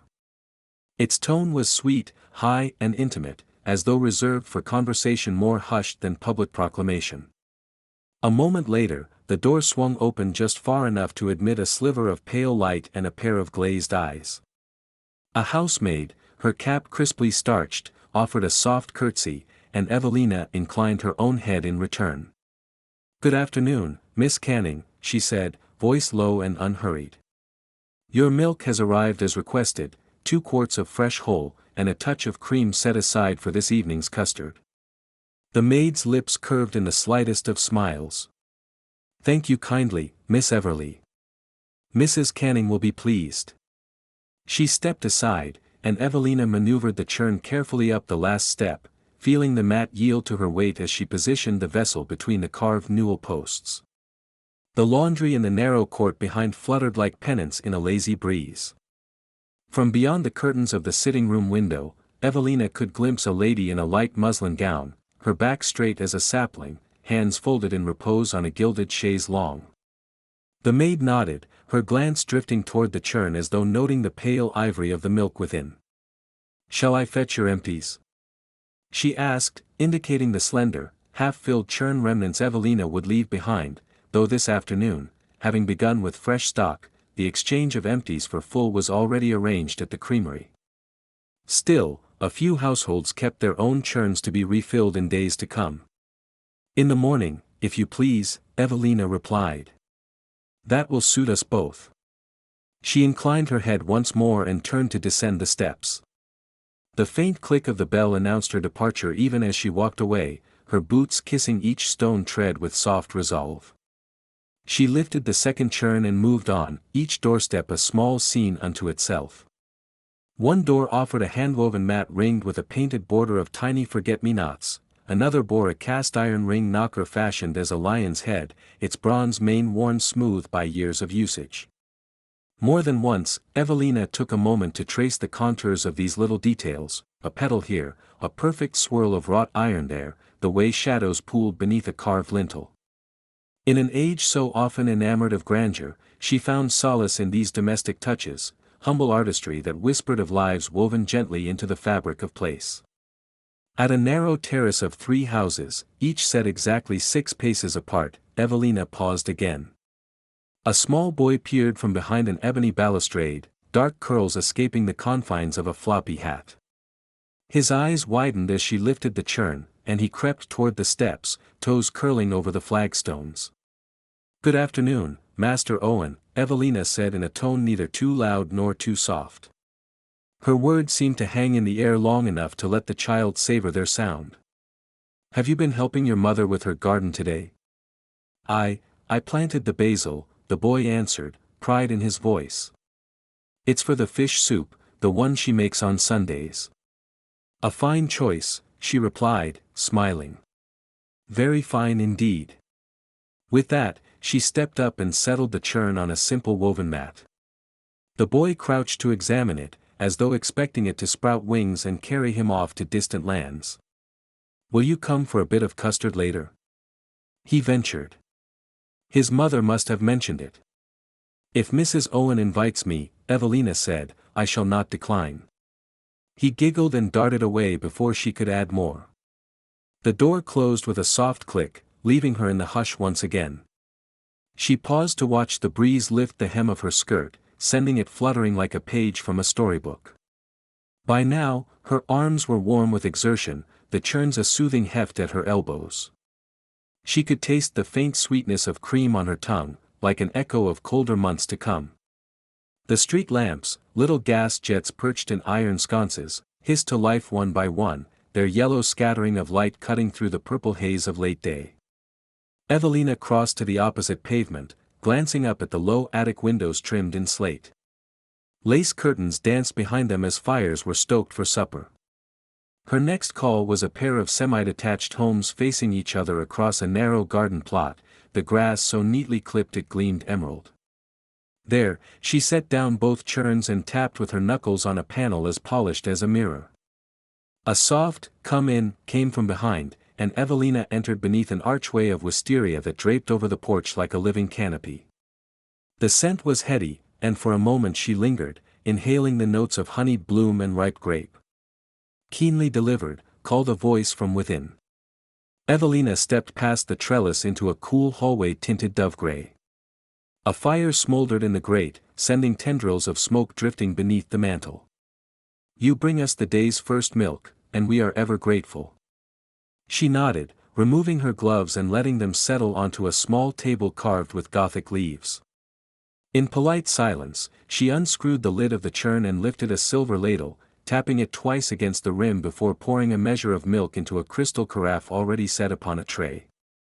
The surface rippled, ghostly rings expanding toward the edges, and Evelina could not help but watch how the light fractured through the glass. There was something meditative in the act, the simple geometry of liquid meeting air, the gravity that guided each droplet. When she had finished, she wiped the carafe's neck with a corner of her apron and replaced the lid on the churn with precise care. As her hand closed around the handle, she felt a faint vibration through the metal, as though an echo of distant hoofbeats was calling her onward. With a courteous nod to the housekeeper, she retreated back into the evening, the front door sliding softly into place behind her. The final houses in this round lay just beyond a tiny square, paved in neatly hewn stone and ringed with chestnut trees. Evelina paused at the square's edge, drawn by the music of children playing beneath a lamppost whose glass globe glowed like a captive star. She watched as a group of girls spun in a circle, arms outstretched, their laughter rising in crystalline arcs. "Evening, Miss Everly," one of them called, pointing at the churn balanced on Evelina's hip. "Is that our milk?" In a moment, Evelina replied, bowing her head in greeting. She watched them hurry off, their skirts in pale pastels twirling around them like flower petals caught in a breeze. A breeze that, she reminded herself, carried the first hint of autumn's promise. At the final door, she found a small engraved brass plate, "Mrs. Aldridge, the widow of the local physician." Here, she placed not 2 but 3 small churns, a pint for tea, a quart for tonight's pudding, and just a measure of cream for the physician's granddaughter, who insisted on a drop in her cocoa. A series of taps on an iron gong announced her presence, and a maidservant admitted her with solemn courtesy. Evelina observed the parlor's amber glow and paused to consider how the soft patterns of her afternoon's work had woven themselves into so many domestic tapestries, one churn at a time. By the time she returned to her cart, the mare stood patiently in the lamplight, nostrils flicking at drifting scents of turnip and wood smoke. Evelina eased her hand to the rein, patting the mare's neck in a gesture of thanks. The suburban rounds were complete, each churn in its rightful place, each small bell rung and each polite exchange made. Ahead lay only the slow journey back to the farm, where evening's quiet rituals would greet her, cleaning and stabling, a moment by the hearth, the turning of the day's memories and the flicker of candlelight. Yet in these calm, measured footsteps and in every soft jingle of doorbell, she carried something more than milk. She carried the gentle ordinances of life itself, simple patterns of exchange and care, an unhurried testament to the steady grace that lies at the heart of all good work. And as she guided her mare away from the square, the polished iron wheel of her cart creaked softly as the milkmaid wound her way up the narrow cobbled lane, the afternoon sun slanting through the open lace curtains of the handsome townhouses. Within each parlor she visited, warmth bloomed from the coal stoves, gilded frames glowed on the walls, and the hush of genteel life settled over her like a soft shawl. Here, Within these houses of polished floorboards and embroidered settees, she exchanged polite words and silver coins, the simple gift of fresh milk carrying with it a quiet reassurance of order and routine. Her first visit of the sequence found her stepping onto a rug of deep crimson, the pile brushing the soles of her leather boots. A servant girl in a neat blue frock curtsied, extending a silver tray piled with white linen napkins. The parlor's windows were thrown wide open, the golden afternoon light spilling across a marble mantelpiece, upon which stood porcelain vases of prim roses. The servant's mistress, a lady of refined posture and soft voice, sat behind a low gilt tea table, her skirt's silk threads glimmering with every faint movement. The lady inclined her head, and a faint smile curved her lips as the milkmaid lifted the latch and stepped across the threshold. The milkmaid set down her churn with deliberate care, her fingers brushing the cool brass clasps. "Madam," she said, voice gentle, "the cream's been rich today, just as you requested." The lady rose, her skirts whispering against the floor, and accepted the churn by its top handle. She placed it on the tray, lifting the lid to peer inside. Pale threads of steam curled upward, carrying the sweet, grassy scent of yesterday's pastures. The lady's eyes brightened. "Indeed, it is perfect," she murmured, producing a small set of silver spoons. "Would you care for a cup of tea before you go?"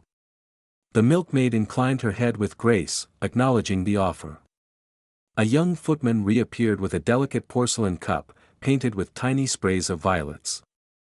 He placed it before her, steadying the saucer so that the milkmaid could sit on the edge of a velvet-upholstered chair. Her apron rustled as she crossed her ankles, and she accepted the cup, half filled with fragrant amber tea. As she lifted it, the fine porcelain grew warm beneath her fingertips. She sipped slowly, tasting the combination of leaves and sugar before the faint tang of milk softened the brew. Outside, the sunbeams danced on the polished wooden floorboards. Inside, the soft murmur of lady and servant blended with the distant trill of a piano sonata from next door. For a moment, time seemed to dilate.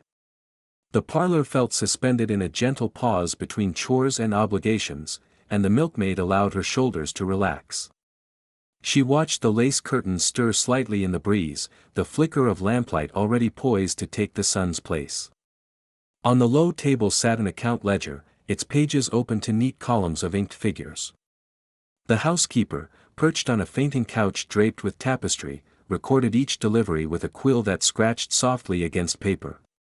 The milkmaid's name appeared alongside her chalk notation on the churn, H. Bevan, 2 quarts/cream half a point. When the cup was empty, she stood, bowing her head in gratitude. "Thank you, madam," she said. "I shall be on my way."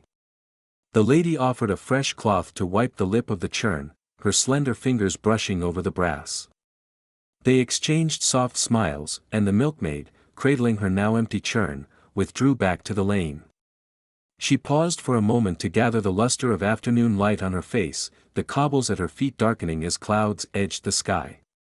The hush of the street seemed radial, she could hear the faint tinkle of a harp from a parlor window opposite, and the muted closure of a carriage door half a block away. With steady step she approached the next house, where a pair of lace curtains parted to reveal a young mother keeping vigil over an ailing child. Inside, the room was arranged with gentle convenience, a rocking chair, a small oak side table, and a jug covered with clean muslin to preserve its cool contents. Upon spotting the milkmaid, the mother rose, her cheeks pale beneath a swathe of lace at her throat. "How kind of you to come," she said, pressing both hands together. "The doctor has ordered milk often for little Edward's broth." The milkmaid unlatched her churn, lifting out a smaller jug she kept for such occasions. She poured slowly into porcelain bowls painted with tiny ducks, each drop tumbling smoothly, creamy and reassuring. The gentle clink of bowl against tray punctuated the quiet breathing of the room. The mother placed a spoonful at the child's lips, guiding it upward with care. "You see how he takes it," she whispered to the milkmaid, pride and fatigue mingling in her voice. Outside, a faint tap of a nanny's cane echoed down the corridor, and for a moment the parlor seemed enfolded in calm sustainment. The milkmaid bent to offer a few quiet words to the child, her own cheeks warmed with a shy tenderness before she withdrew, leaving behind the soft smile of health's hopeful promise.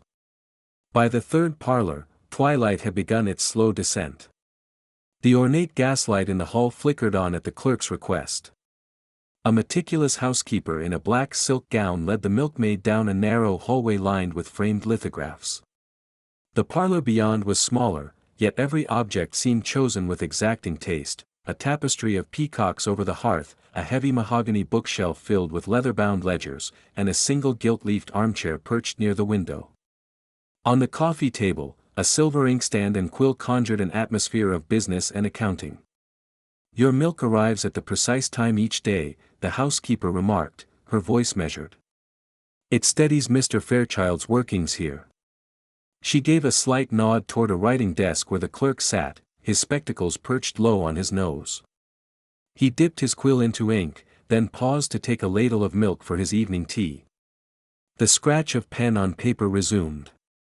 The milkmaid observed the quiet diligence, the way the milk's two dependable quarts eased the clerk's frayed edges, lubricating his mind as neatly as the oil that greased the cart axle. Presenting her empty churn at the door, she accepted her pennies with modest courtesy. The gaslight glinted on its polished brass, and the milkmaid, cheeks rosy now with the embrace of indoor heat, retreated once more to the lane. A distant church clock struck 5, its chime measured and low. Her final parlor for the afternoon was the grandest of all. The lanterns at its porch swung in the evening breeze, casting wavering pinpoints of light on the flagstones. As she entered, a butler in fine livery greeted her, guiding her past a parrot green damask sofa and toward a low hearth where a fire crackled in welcome. The lady of the house, draped in velvet, extended her hand from a chinoiserie chair. "Your punctuality is exemplary, Ella," she said. "Shall we have a taste?" With elegance she poured 2 thimblefuls of cream into rose-patterned tea and offered one to the milkmaid. Each drop of milk swirled into the dark brew, creating whirls like the patterns of swirling clouds. The milkmaid savored the moment, listening to the fire's hush, feeling the weight of the lady's attentive gaze, and partaking in that understated communion. Here, in this final parlor, the ritual reached its apex: milk delivered, gratitude exchanged, and civility reaffirmed. She set down her cup, smoothing her apron over her skirts, and quietly withdrew, the butler's bow lingering behind her in the drifting warmth. Step by step, she made her way back to her waiting mare. The parlors, cool in the breeze, bright with lamplight, receded behind her. In their place lay the familiar hush of evening, the soft call of a distant owl, and the steady rhythm of her own breathing. She climbed back onto her cart, settled the reins into her hands, and with one last glance toward the silent windows, spoke in a gentle murmur, "Tomorrow, the same, God willing." The mare dipped her head as if in reply, hooves clicking on stone, as they turned toward the farm and the promise of rest. The afternoon sky had grown heavy with swelling clouds by the time the mare and her milk-laden cart reached the outskirts of the suburb. A gentle drizzle had begun to fall, each drop tapping softly on the leather harness, the wooden spokes, and the brass fittings of the churn lids. The road beneath, once firm, was transforming into a patchwork of slippery clay and puddles that reflected sullen gray skies. The milkmaid drew a deep, steadying breath. She could feel the mare's shifting weight beneath her as the animal paused, wary, nostrils flaring as the damp air carried unfamiliar scents in from the fields beyond. She nudged the mare forward, her leather-gloved hand guiding the reins with practiced, light pressure. Each hoof sank a little deeper into the moist earth. She kept her eyes peeled for the next stop, a narrow lane where a widow lived in a house bound by ivy and tended rose bushes. The widow expected her milk by 3:30, and yet, even as the time approached, the winding track ahead offered little promise of an easy passage. A sudden shudder rippled through the cart as one of the wheels caught in a hidden hollow. The mare paused, balancing on 3 hooves, while the trapped wheel ground quietly against the muddied rut. The milkmaid slid from her seat with a careful grace, boots sinking slightly into the damp verge. The churns rocked gently but remained secure, her careful fastening had paid its dues once again. She examined the rut more closely. It ran across the track, likely carved deeper by last night's showers, and brimming now with water that had collected in uneven hollows. Light rain spattered on her woolen cloak as she knelt to inspect the upset wheel. Clods of wet earth had caked on the cart's axle. A faint, mournful squeak emanated when the mare shifted her weight again. The milkmaid set about loosening the leather straps that held the churns in their rack, quietly mindful that each metal container might jostle free if she hurried. She shook her head at the thought of milk spilled or churns dented. She could scarcely bear the notion. Better to be slow and steady here than to hurry onward. She unlatched the cart's side door, pulled a small grease pot from the pocket of her apron, and twisted off its lid. She worked the grease into the axle with deliberate fingers, her mind wandering as she did so. She thought of the timid rosebush by the widow's kitchen window, its blooms of pale pink and ivory. She thought of the hush in parlors warmed by coal stoves that morning, where polite conversation had drifted on the air like the scent of Earl Grey. Now all of that was suspended in this moment of calm labor beside the track. Each stroke of the grease brush was unhurried, almost ceremonial, restoring ease of movement to the wheel's bearing. The rain falling on her shoulders felt cool and restorative, as if the heavens, too, were washing away the day's earlier bustle. When the axle moved freely once more, she rose and brushed her skirts of rivulets beating along the wool. The mare stamped impatiently and nuzzled her hand, seeking reassurance. Gently she patted the animal's neck. "There we are, girl," she murmured. "All set." The mare offered a soft whuffle in response. She climbed back into her saddle and guided the cart forward. This time the wheel rolled smoothly out of the rut, water sloshing from its tread in muted arcs. The road ahead was no smoother, but her vigilance would see her through. She picked her way around newly formed puddles, tipping the cart's lip slightly to one side, mindful of the secret momentum that might send churns lurching off balance. Several times she judged the ground beneath each hoof, scanning for hidden hollows or half-submerged stones that might catch the wheel. The mare moved with measured steps, her hooves cutting soft impressions in the clay. Still, each time the cart came to rest anew over thick mud, the two stood facing a small trial, the need to dismount, clear the wheel, and attend the axle. But with every grease application and every pause to right the churns, the milkmaid felt a deeper sense of connection to this gentle ritual of her traveling day. It was not merely the milk she carried but a sense of continuity, her presence threaded through the daily pattern of each household's needs, the turning of wheels among battered lanes forming a quiet choreography.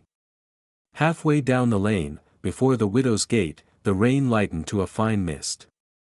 The mare's flanks glistened, and the silver straps of the harness picked up whatever faint rays of light peered through the cloud. The milkmaid leaned forward, bracing one leather-clad foot against the cart's running board to steady herself. She sighed with relief upon reaching the white picket gate. The widow appeared, umbrella in hand, eyes bright beneath its canopy. The milkmaid lifted a milk churn free with careful effort and offered it gently at the gate's threshold. "On time, as always," the widow said, voice warm against the drizzle. "I hardly knew how I would manage without your regular visits."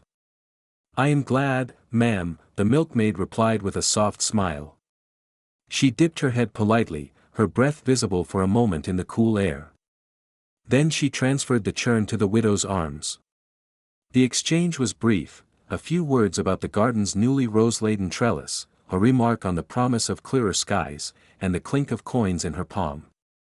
The mare stamped once, eager to continue, and the milkmaid replaced each leather strap before mounting again.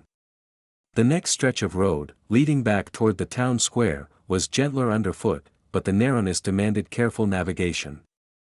She guided the mare past high hedgerows whose holly berries were already blushing red with the coming season. Each branch dripped softly from the earlier rain, releasing droplets that splashed on the cart's tailboard like tiny percussion notes. The mare flicked an ear at the sound, then settled into a steady trot. In this moment the milkmaid felt an unexpected lightness, as though the small detours and the labor of grease and mud had sharpened her senses rather than wearying them. She noticed the pale gold of a lone daffodil peeking through a hoof-trampled verge, the hollow echo of wheels along a deserted field gate, and the faint warmth drifting from a cottage chimney whose hearth was already stoked for afternoon tea. Soon she approached the final leg of her route for the day, a stately townhouse with mullioned windows and a wreath of evergreen at its door. The landlady's children were known for demanding half-pints of cream atop their afternoon porridge. She felt a comfortable certainty now in her ability to deliver, despite each unforeseen impediment. She guided the mare across smoother ground and, by the time the door opened, her boots were only lightly spotted with mud. Inside the grand entry hall, she was greeted by the soft chime of a servant's call bell. She steadied the churn on her hip and allowed herself a moment to catch her breath. The hush of polished wood and flutter of lace curtains greeted her, a familiar end to an unpredictable path. After she passed the churn to the waiting butler, its contents confirmed by his gentle nod, she offered a final courtesy and made her way back outside. The sun, at last, had broken free of the clouds, scattering a pale brilliance across the once muddy road.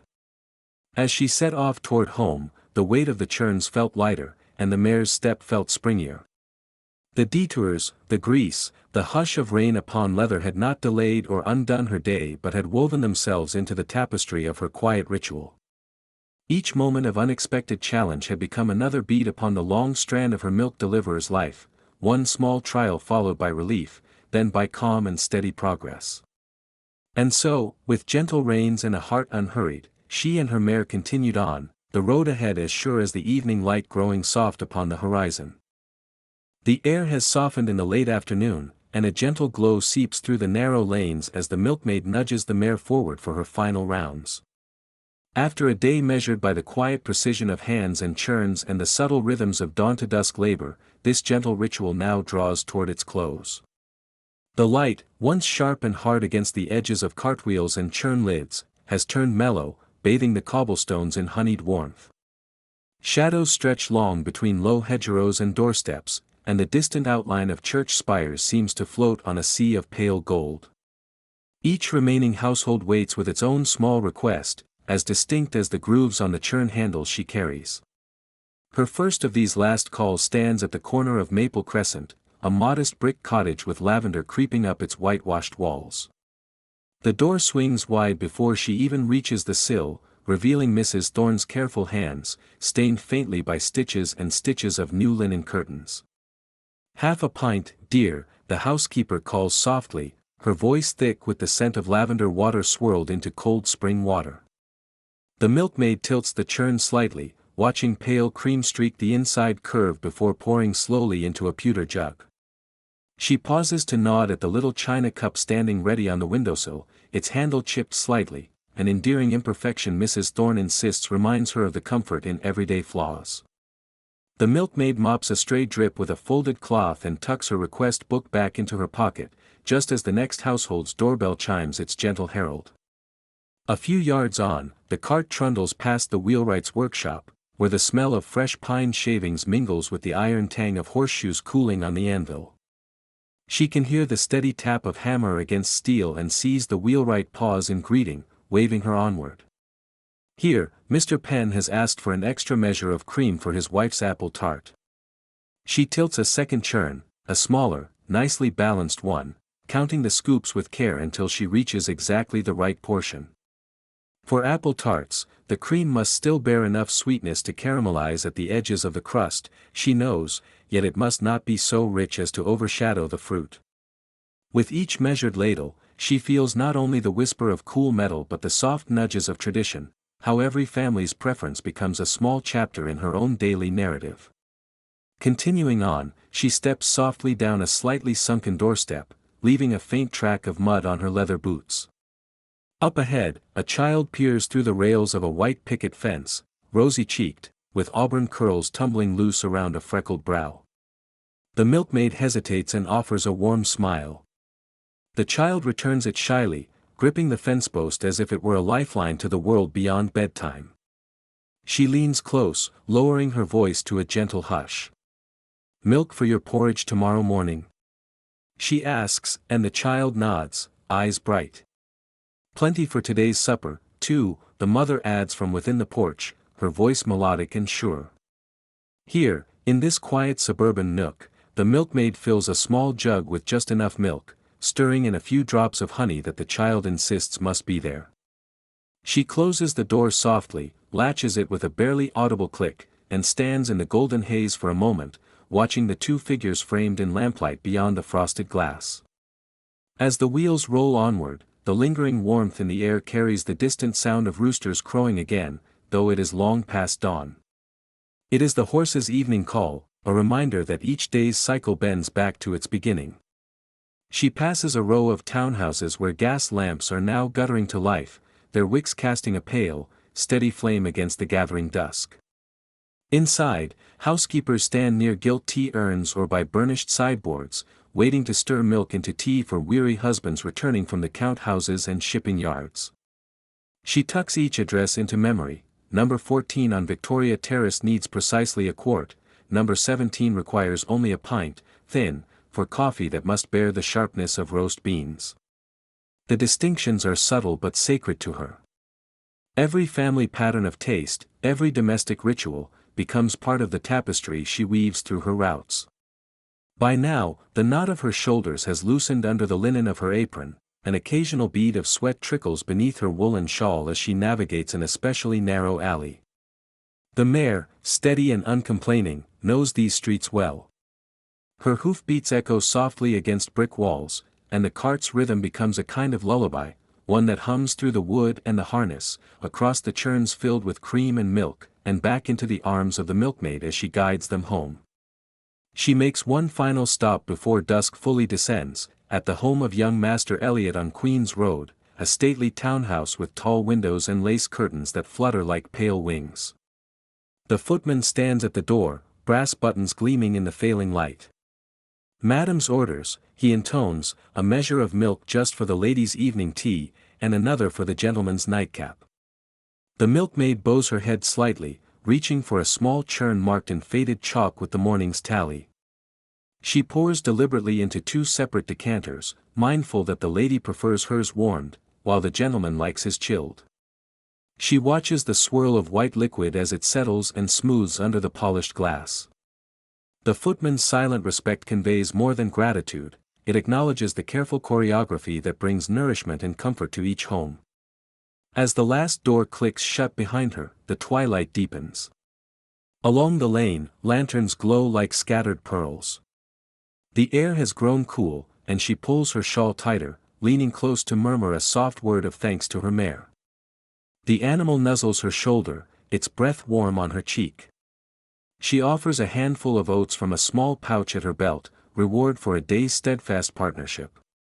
The mare munches contentedly, and for a moment they stand together in companionable quiet, framed by lamplit windows and the distant chiming of the church bell announcing the evening hour. Now, with the last of the churns emptied and each household tended, the milkmaid turns the cart's wheels toward home. The faint wind carries the scent of lavender and wood smoke, mingling with the distant laughter of children drawn indoors. Shadows have gathered under hedgerows, and only here and there does a light flicker behind a curtained window. As she guides her mare down the narrow lane leading out of town, the churns, now empty, clink softly in their compartments like the lull of a distant memory. Each step and turn feels wrapped in the soft hush of dusk, an intimate closure to the day's quiet labor. In this late hour, she allows herself a gentle reflection on the patterns she keeps, the morning's crisp porridge milk, the midday tea exchanges, the deep afternoon sun warming the churns on the cart. Now, in the hushed aftermath, the world seems to breathe with her, slower, steadier, as if all its stories are settling down for the night ahead. The soft crunch of wheels on gravel and the whisper of the mare's hooves on cobblestones mark the course back to the dairy farm, where the warmth of hearth and hearth's companionable glow await. And beyond that, the chapter yet to come, the serene return, the ritual of cleaning churns by candlelight, and the tender unfolding of remembrance, scene by scene, in the gentle ritual of night. The mare's gait had grown almost imperceptibly slower by the time they turned from the last dimly lit lane, her hoofbeats muffled on the soft, eve-moistened earth.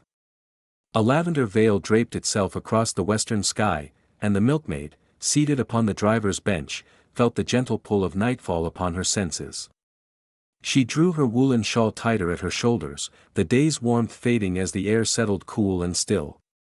Far ahead, The rosy glow of cottage lanterns began to flicker like fireflies caught in glass, each softly urged flame a small beacon against gathering shadow. She urged the mare onward with a light tap of the reins, though urged was scarcely the right word. The animal needed little persuasion now, her pace, unhurried and measured, spoke of work well done. Even the wooden wheels of the cart, worn smooth from months of roads both stony and mud-filled, seemed reluctant to press forward, their spokes creaking a tired but gentle rhythm that blended with the sigh of evening breezes drifting through hedgerows. Everywhere the world was hushed. No longer did young sparrows flit along fence tops nor rooks caw beyond treetops, only the occasional cricket's chirp persisted, a faint reminder that life carried on even as daylight faded. The milkmaid peered ahead and made out the outline of St. Dunstan's tower rising over fields now dim. Its ancient bells tolled softly, the iron tongues calling out the hour in deep, resonant halves that echoed across the grazing pastures she had traversed that very morning.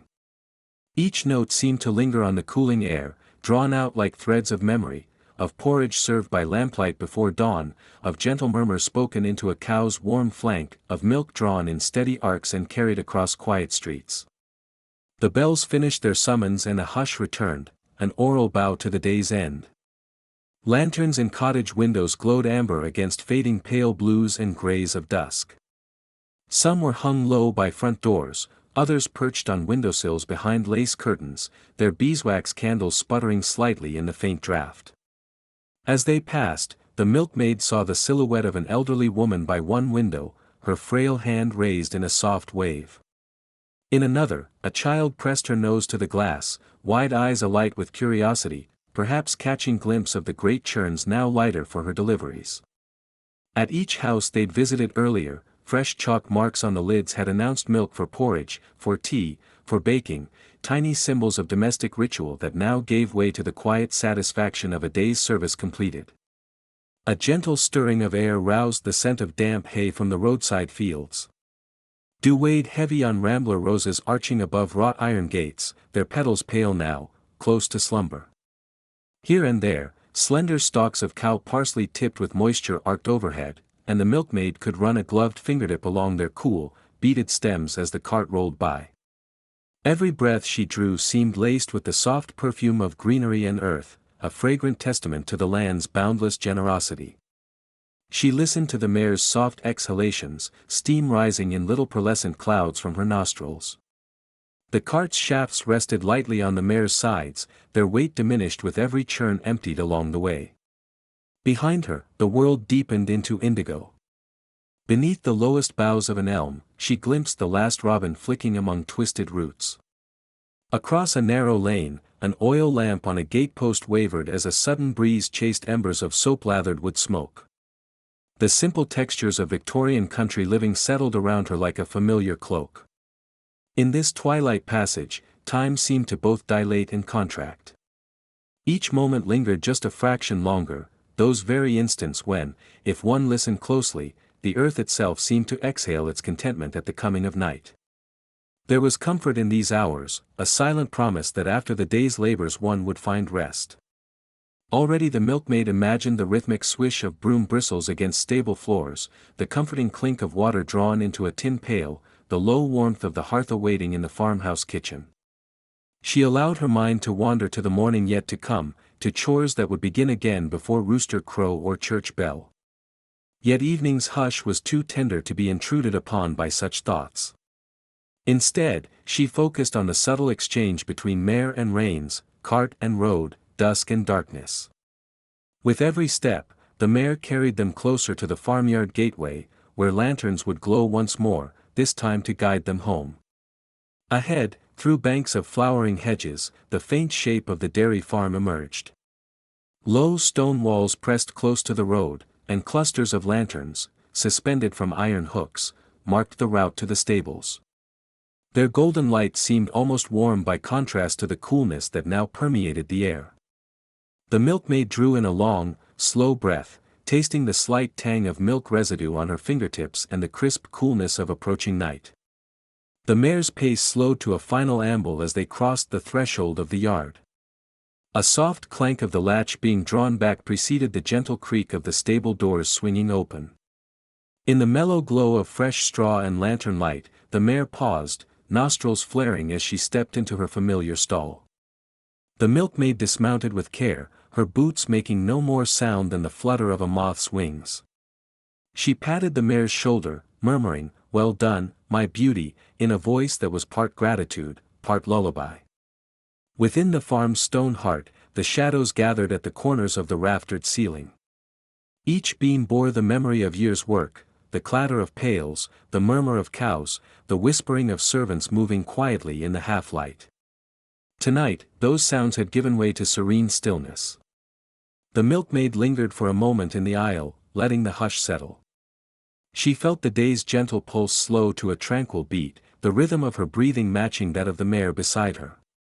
She walked into the yard one final time, cart empty now of milk but heavy with a certain satisfaction, and secured it beneath the lean-to. Tomorrow it would be cleaned and readied once again, but for now it stood patiently under the stars, spoked wheels slick with dew. Above, the first tremble of night insects began, a tiny chorus that would grow as darkness deepened. A single star blinked into view at the edge of the sky, heralding all those others soon to follow. As the milkmaid closed the stable door behind her, she carried with her the day's residue of scents and memories, the soft fragrance of spent milk cooling on porch steps, the murmur of polite parlor voices, the faint echo of bells through the cool air. In the hush of dusk, she felt a profound contentment settle within her, a gentle assurance that life's simplest ceremonies, pouring milk, lighting lanterns, guiding a faithful mare, were more than mere routine. They were threads woven into the fabric of each rising and setting sun, delicate yet unbreakable, binding her to this land, to this rhythm, to the quiet promise of dawn yet to come. Night settles softly over the farmstead as she returns from her evening rounds, the cart wheels murmuring a gentle farewell to the lane's ruts. The glow of the lantern in her hand stretches long shadows across the courtyard, where the stable door stands ajar, inviting her into that familiar realm of muted clatter and straw-scented warmth. In the hush that follows the day's quiet bustle, she sets down the churns one by one, their metal sides cool now that they are emptied of the morning's bounty. The farmhouse and barn seem to breathe a contented sigh as she begins the delicate ritual of cleansing each vessel, mindful of the oath she has made to purity and diligence. She fills a broad wooden bucket with water warmed from a pail kept by the hearth, its surface rippling gold in the lantern's flicker. Dipping a soft bristled brush into the liquid, she draws it around the interior of the first churn, watching as any lingering film of milk dissolves away in spirals of ivory. The motion is steady, unhurried, thumb and forefinger guiding each sweep with the precision of a practiced hand. She pauses before the next churn, listening to the barn settle, faint clinks of the harness hanging on iron hooks, the soft snore of a sleeping kitten in a corner pile of blankets, the low rustle of straw shifting under a resting cow behind the half-door.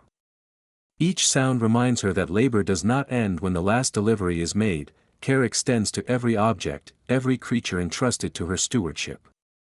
Once the churns gleam and are neatly stacked upon their shelf, lids fastened for the night and marked with chalk to await the morning's first inventory, she turns her attention to her faithful mare. The air here smells of hay and horseflesh, of leather and lanolin.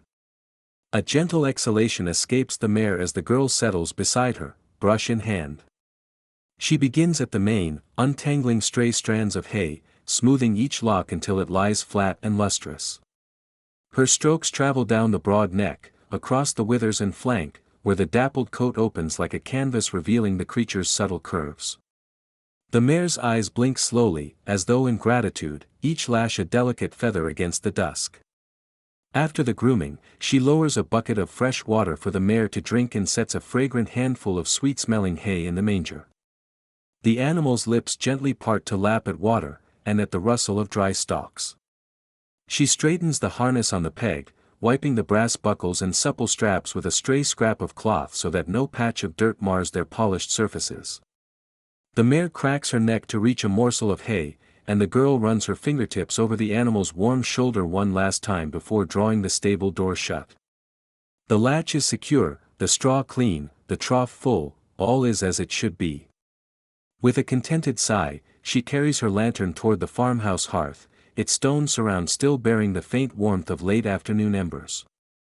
She removes her gloves, sets them upon a hook by the door, and unfastens her shawl to hang alongside. The crisp air of the night drifts in, carrying the scent of honeysuckle from a vine by the window. She stirs the last coals with a slender poker, coaxing them to glow once more so that a small kettle of water can settle to heat for her evening tea.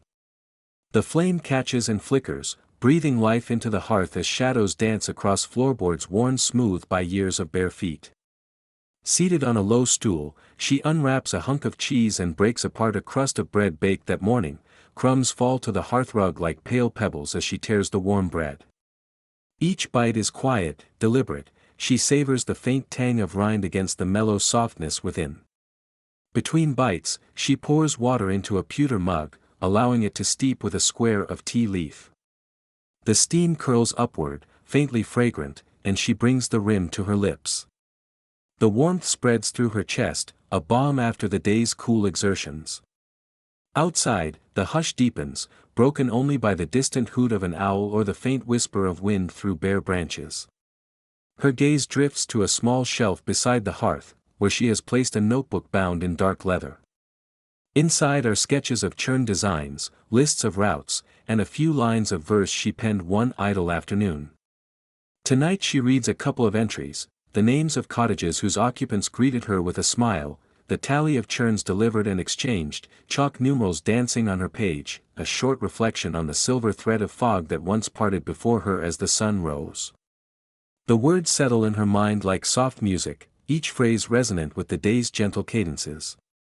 Setting the notebook aside, she lifts the mug and takes a final sip, cooling her mouth on the draught before rising to tend the kettle once more. Soon the water will be empty, the hearth will dim, and she will slip into the small chamber over the barn, where a narrow bed lies ready. But not yet. First, she must extinguish the lantern, leaving only the embers to fade. The glow ebbs as she closes the shutters against the night. A last fire shovelful of ash falls softly into the box beneath the hearth. She coaxes the kettle clear of the flame, then steps back into the dark corridor leading upstairs. In her modest room, the bedspread is pulled back, the pillow fluffed, an embroidered square of linen at its center.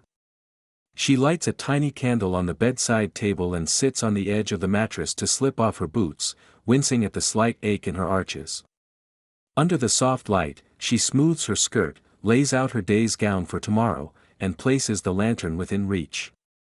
The candle flame flutters as if in farewell. Before laying her head down, she closes her eyes and recalls, one by one, the quiet graces of the day. The pale sun filtering through hedgerows, the gentle lowing of the herd, the hush of lantern-lit courtyards. Each memory is a pebble in a small pool of comfort. She breathes in and breathes out, the rhythm slowing until her thoughts drift like the ashes in the hearth. Tonight she sleeps amid the echoes of a simple ritual, caring for churns, for horse, for home, and finding within these tasks a quiet poetry. Tomorrow, long before dawn, her day will begin anew, but for now she drifts towards sleep, cradled by walls that have witnessed 1,000 such nights. In dreams, she will walk dew-laden fields and hear the soft splash of milk into pails.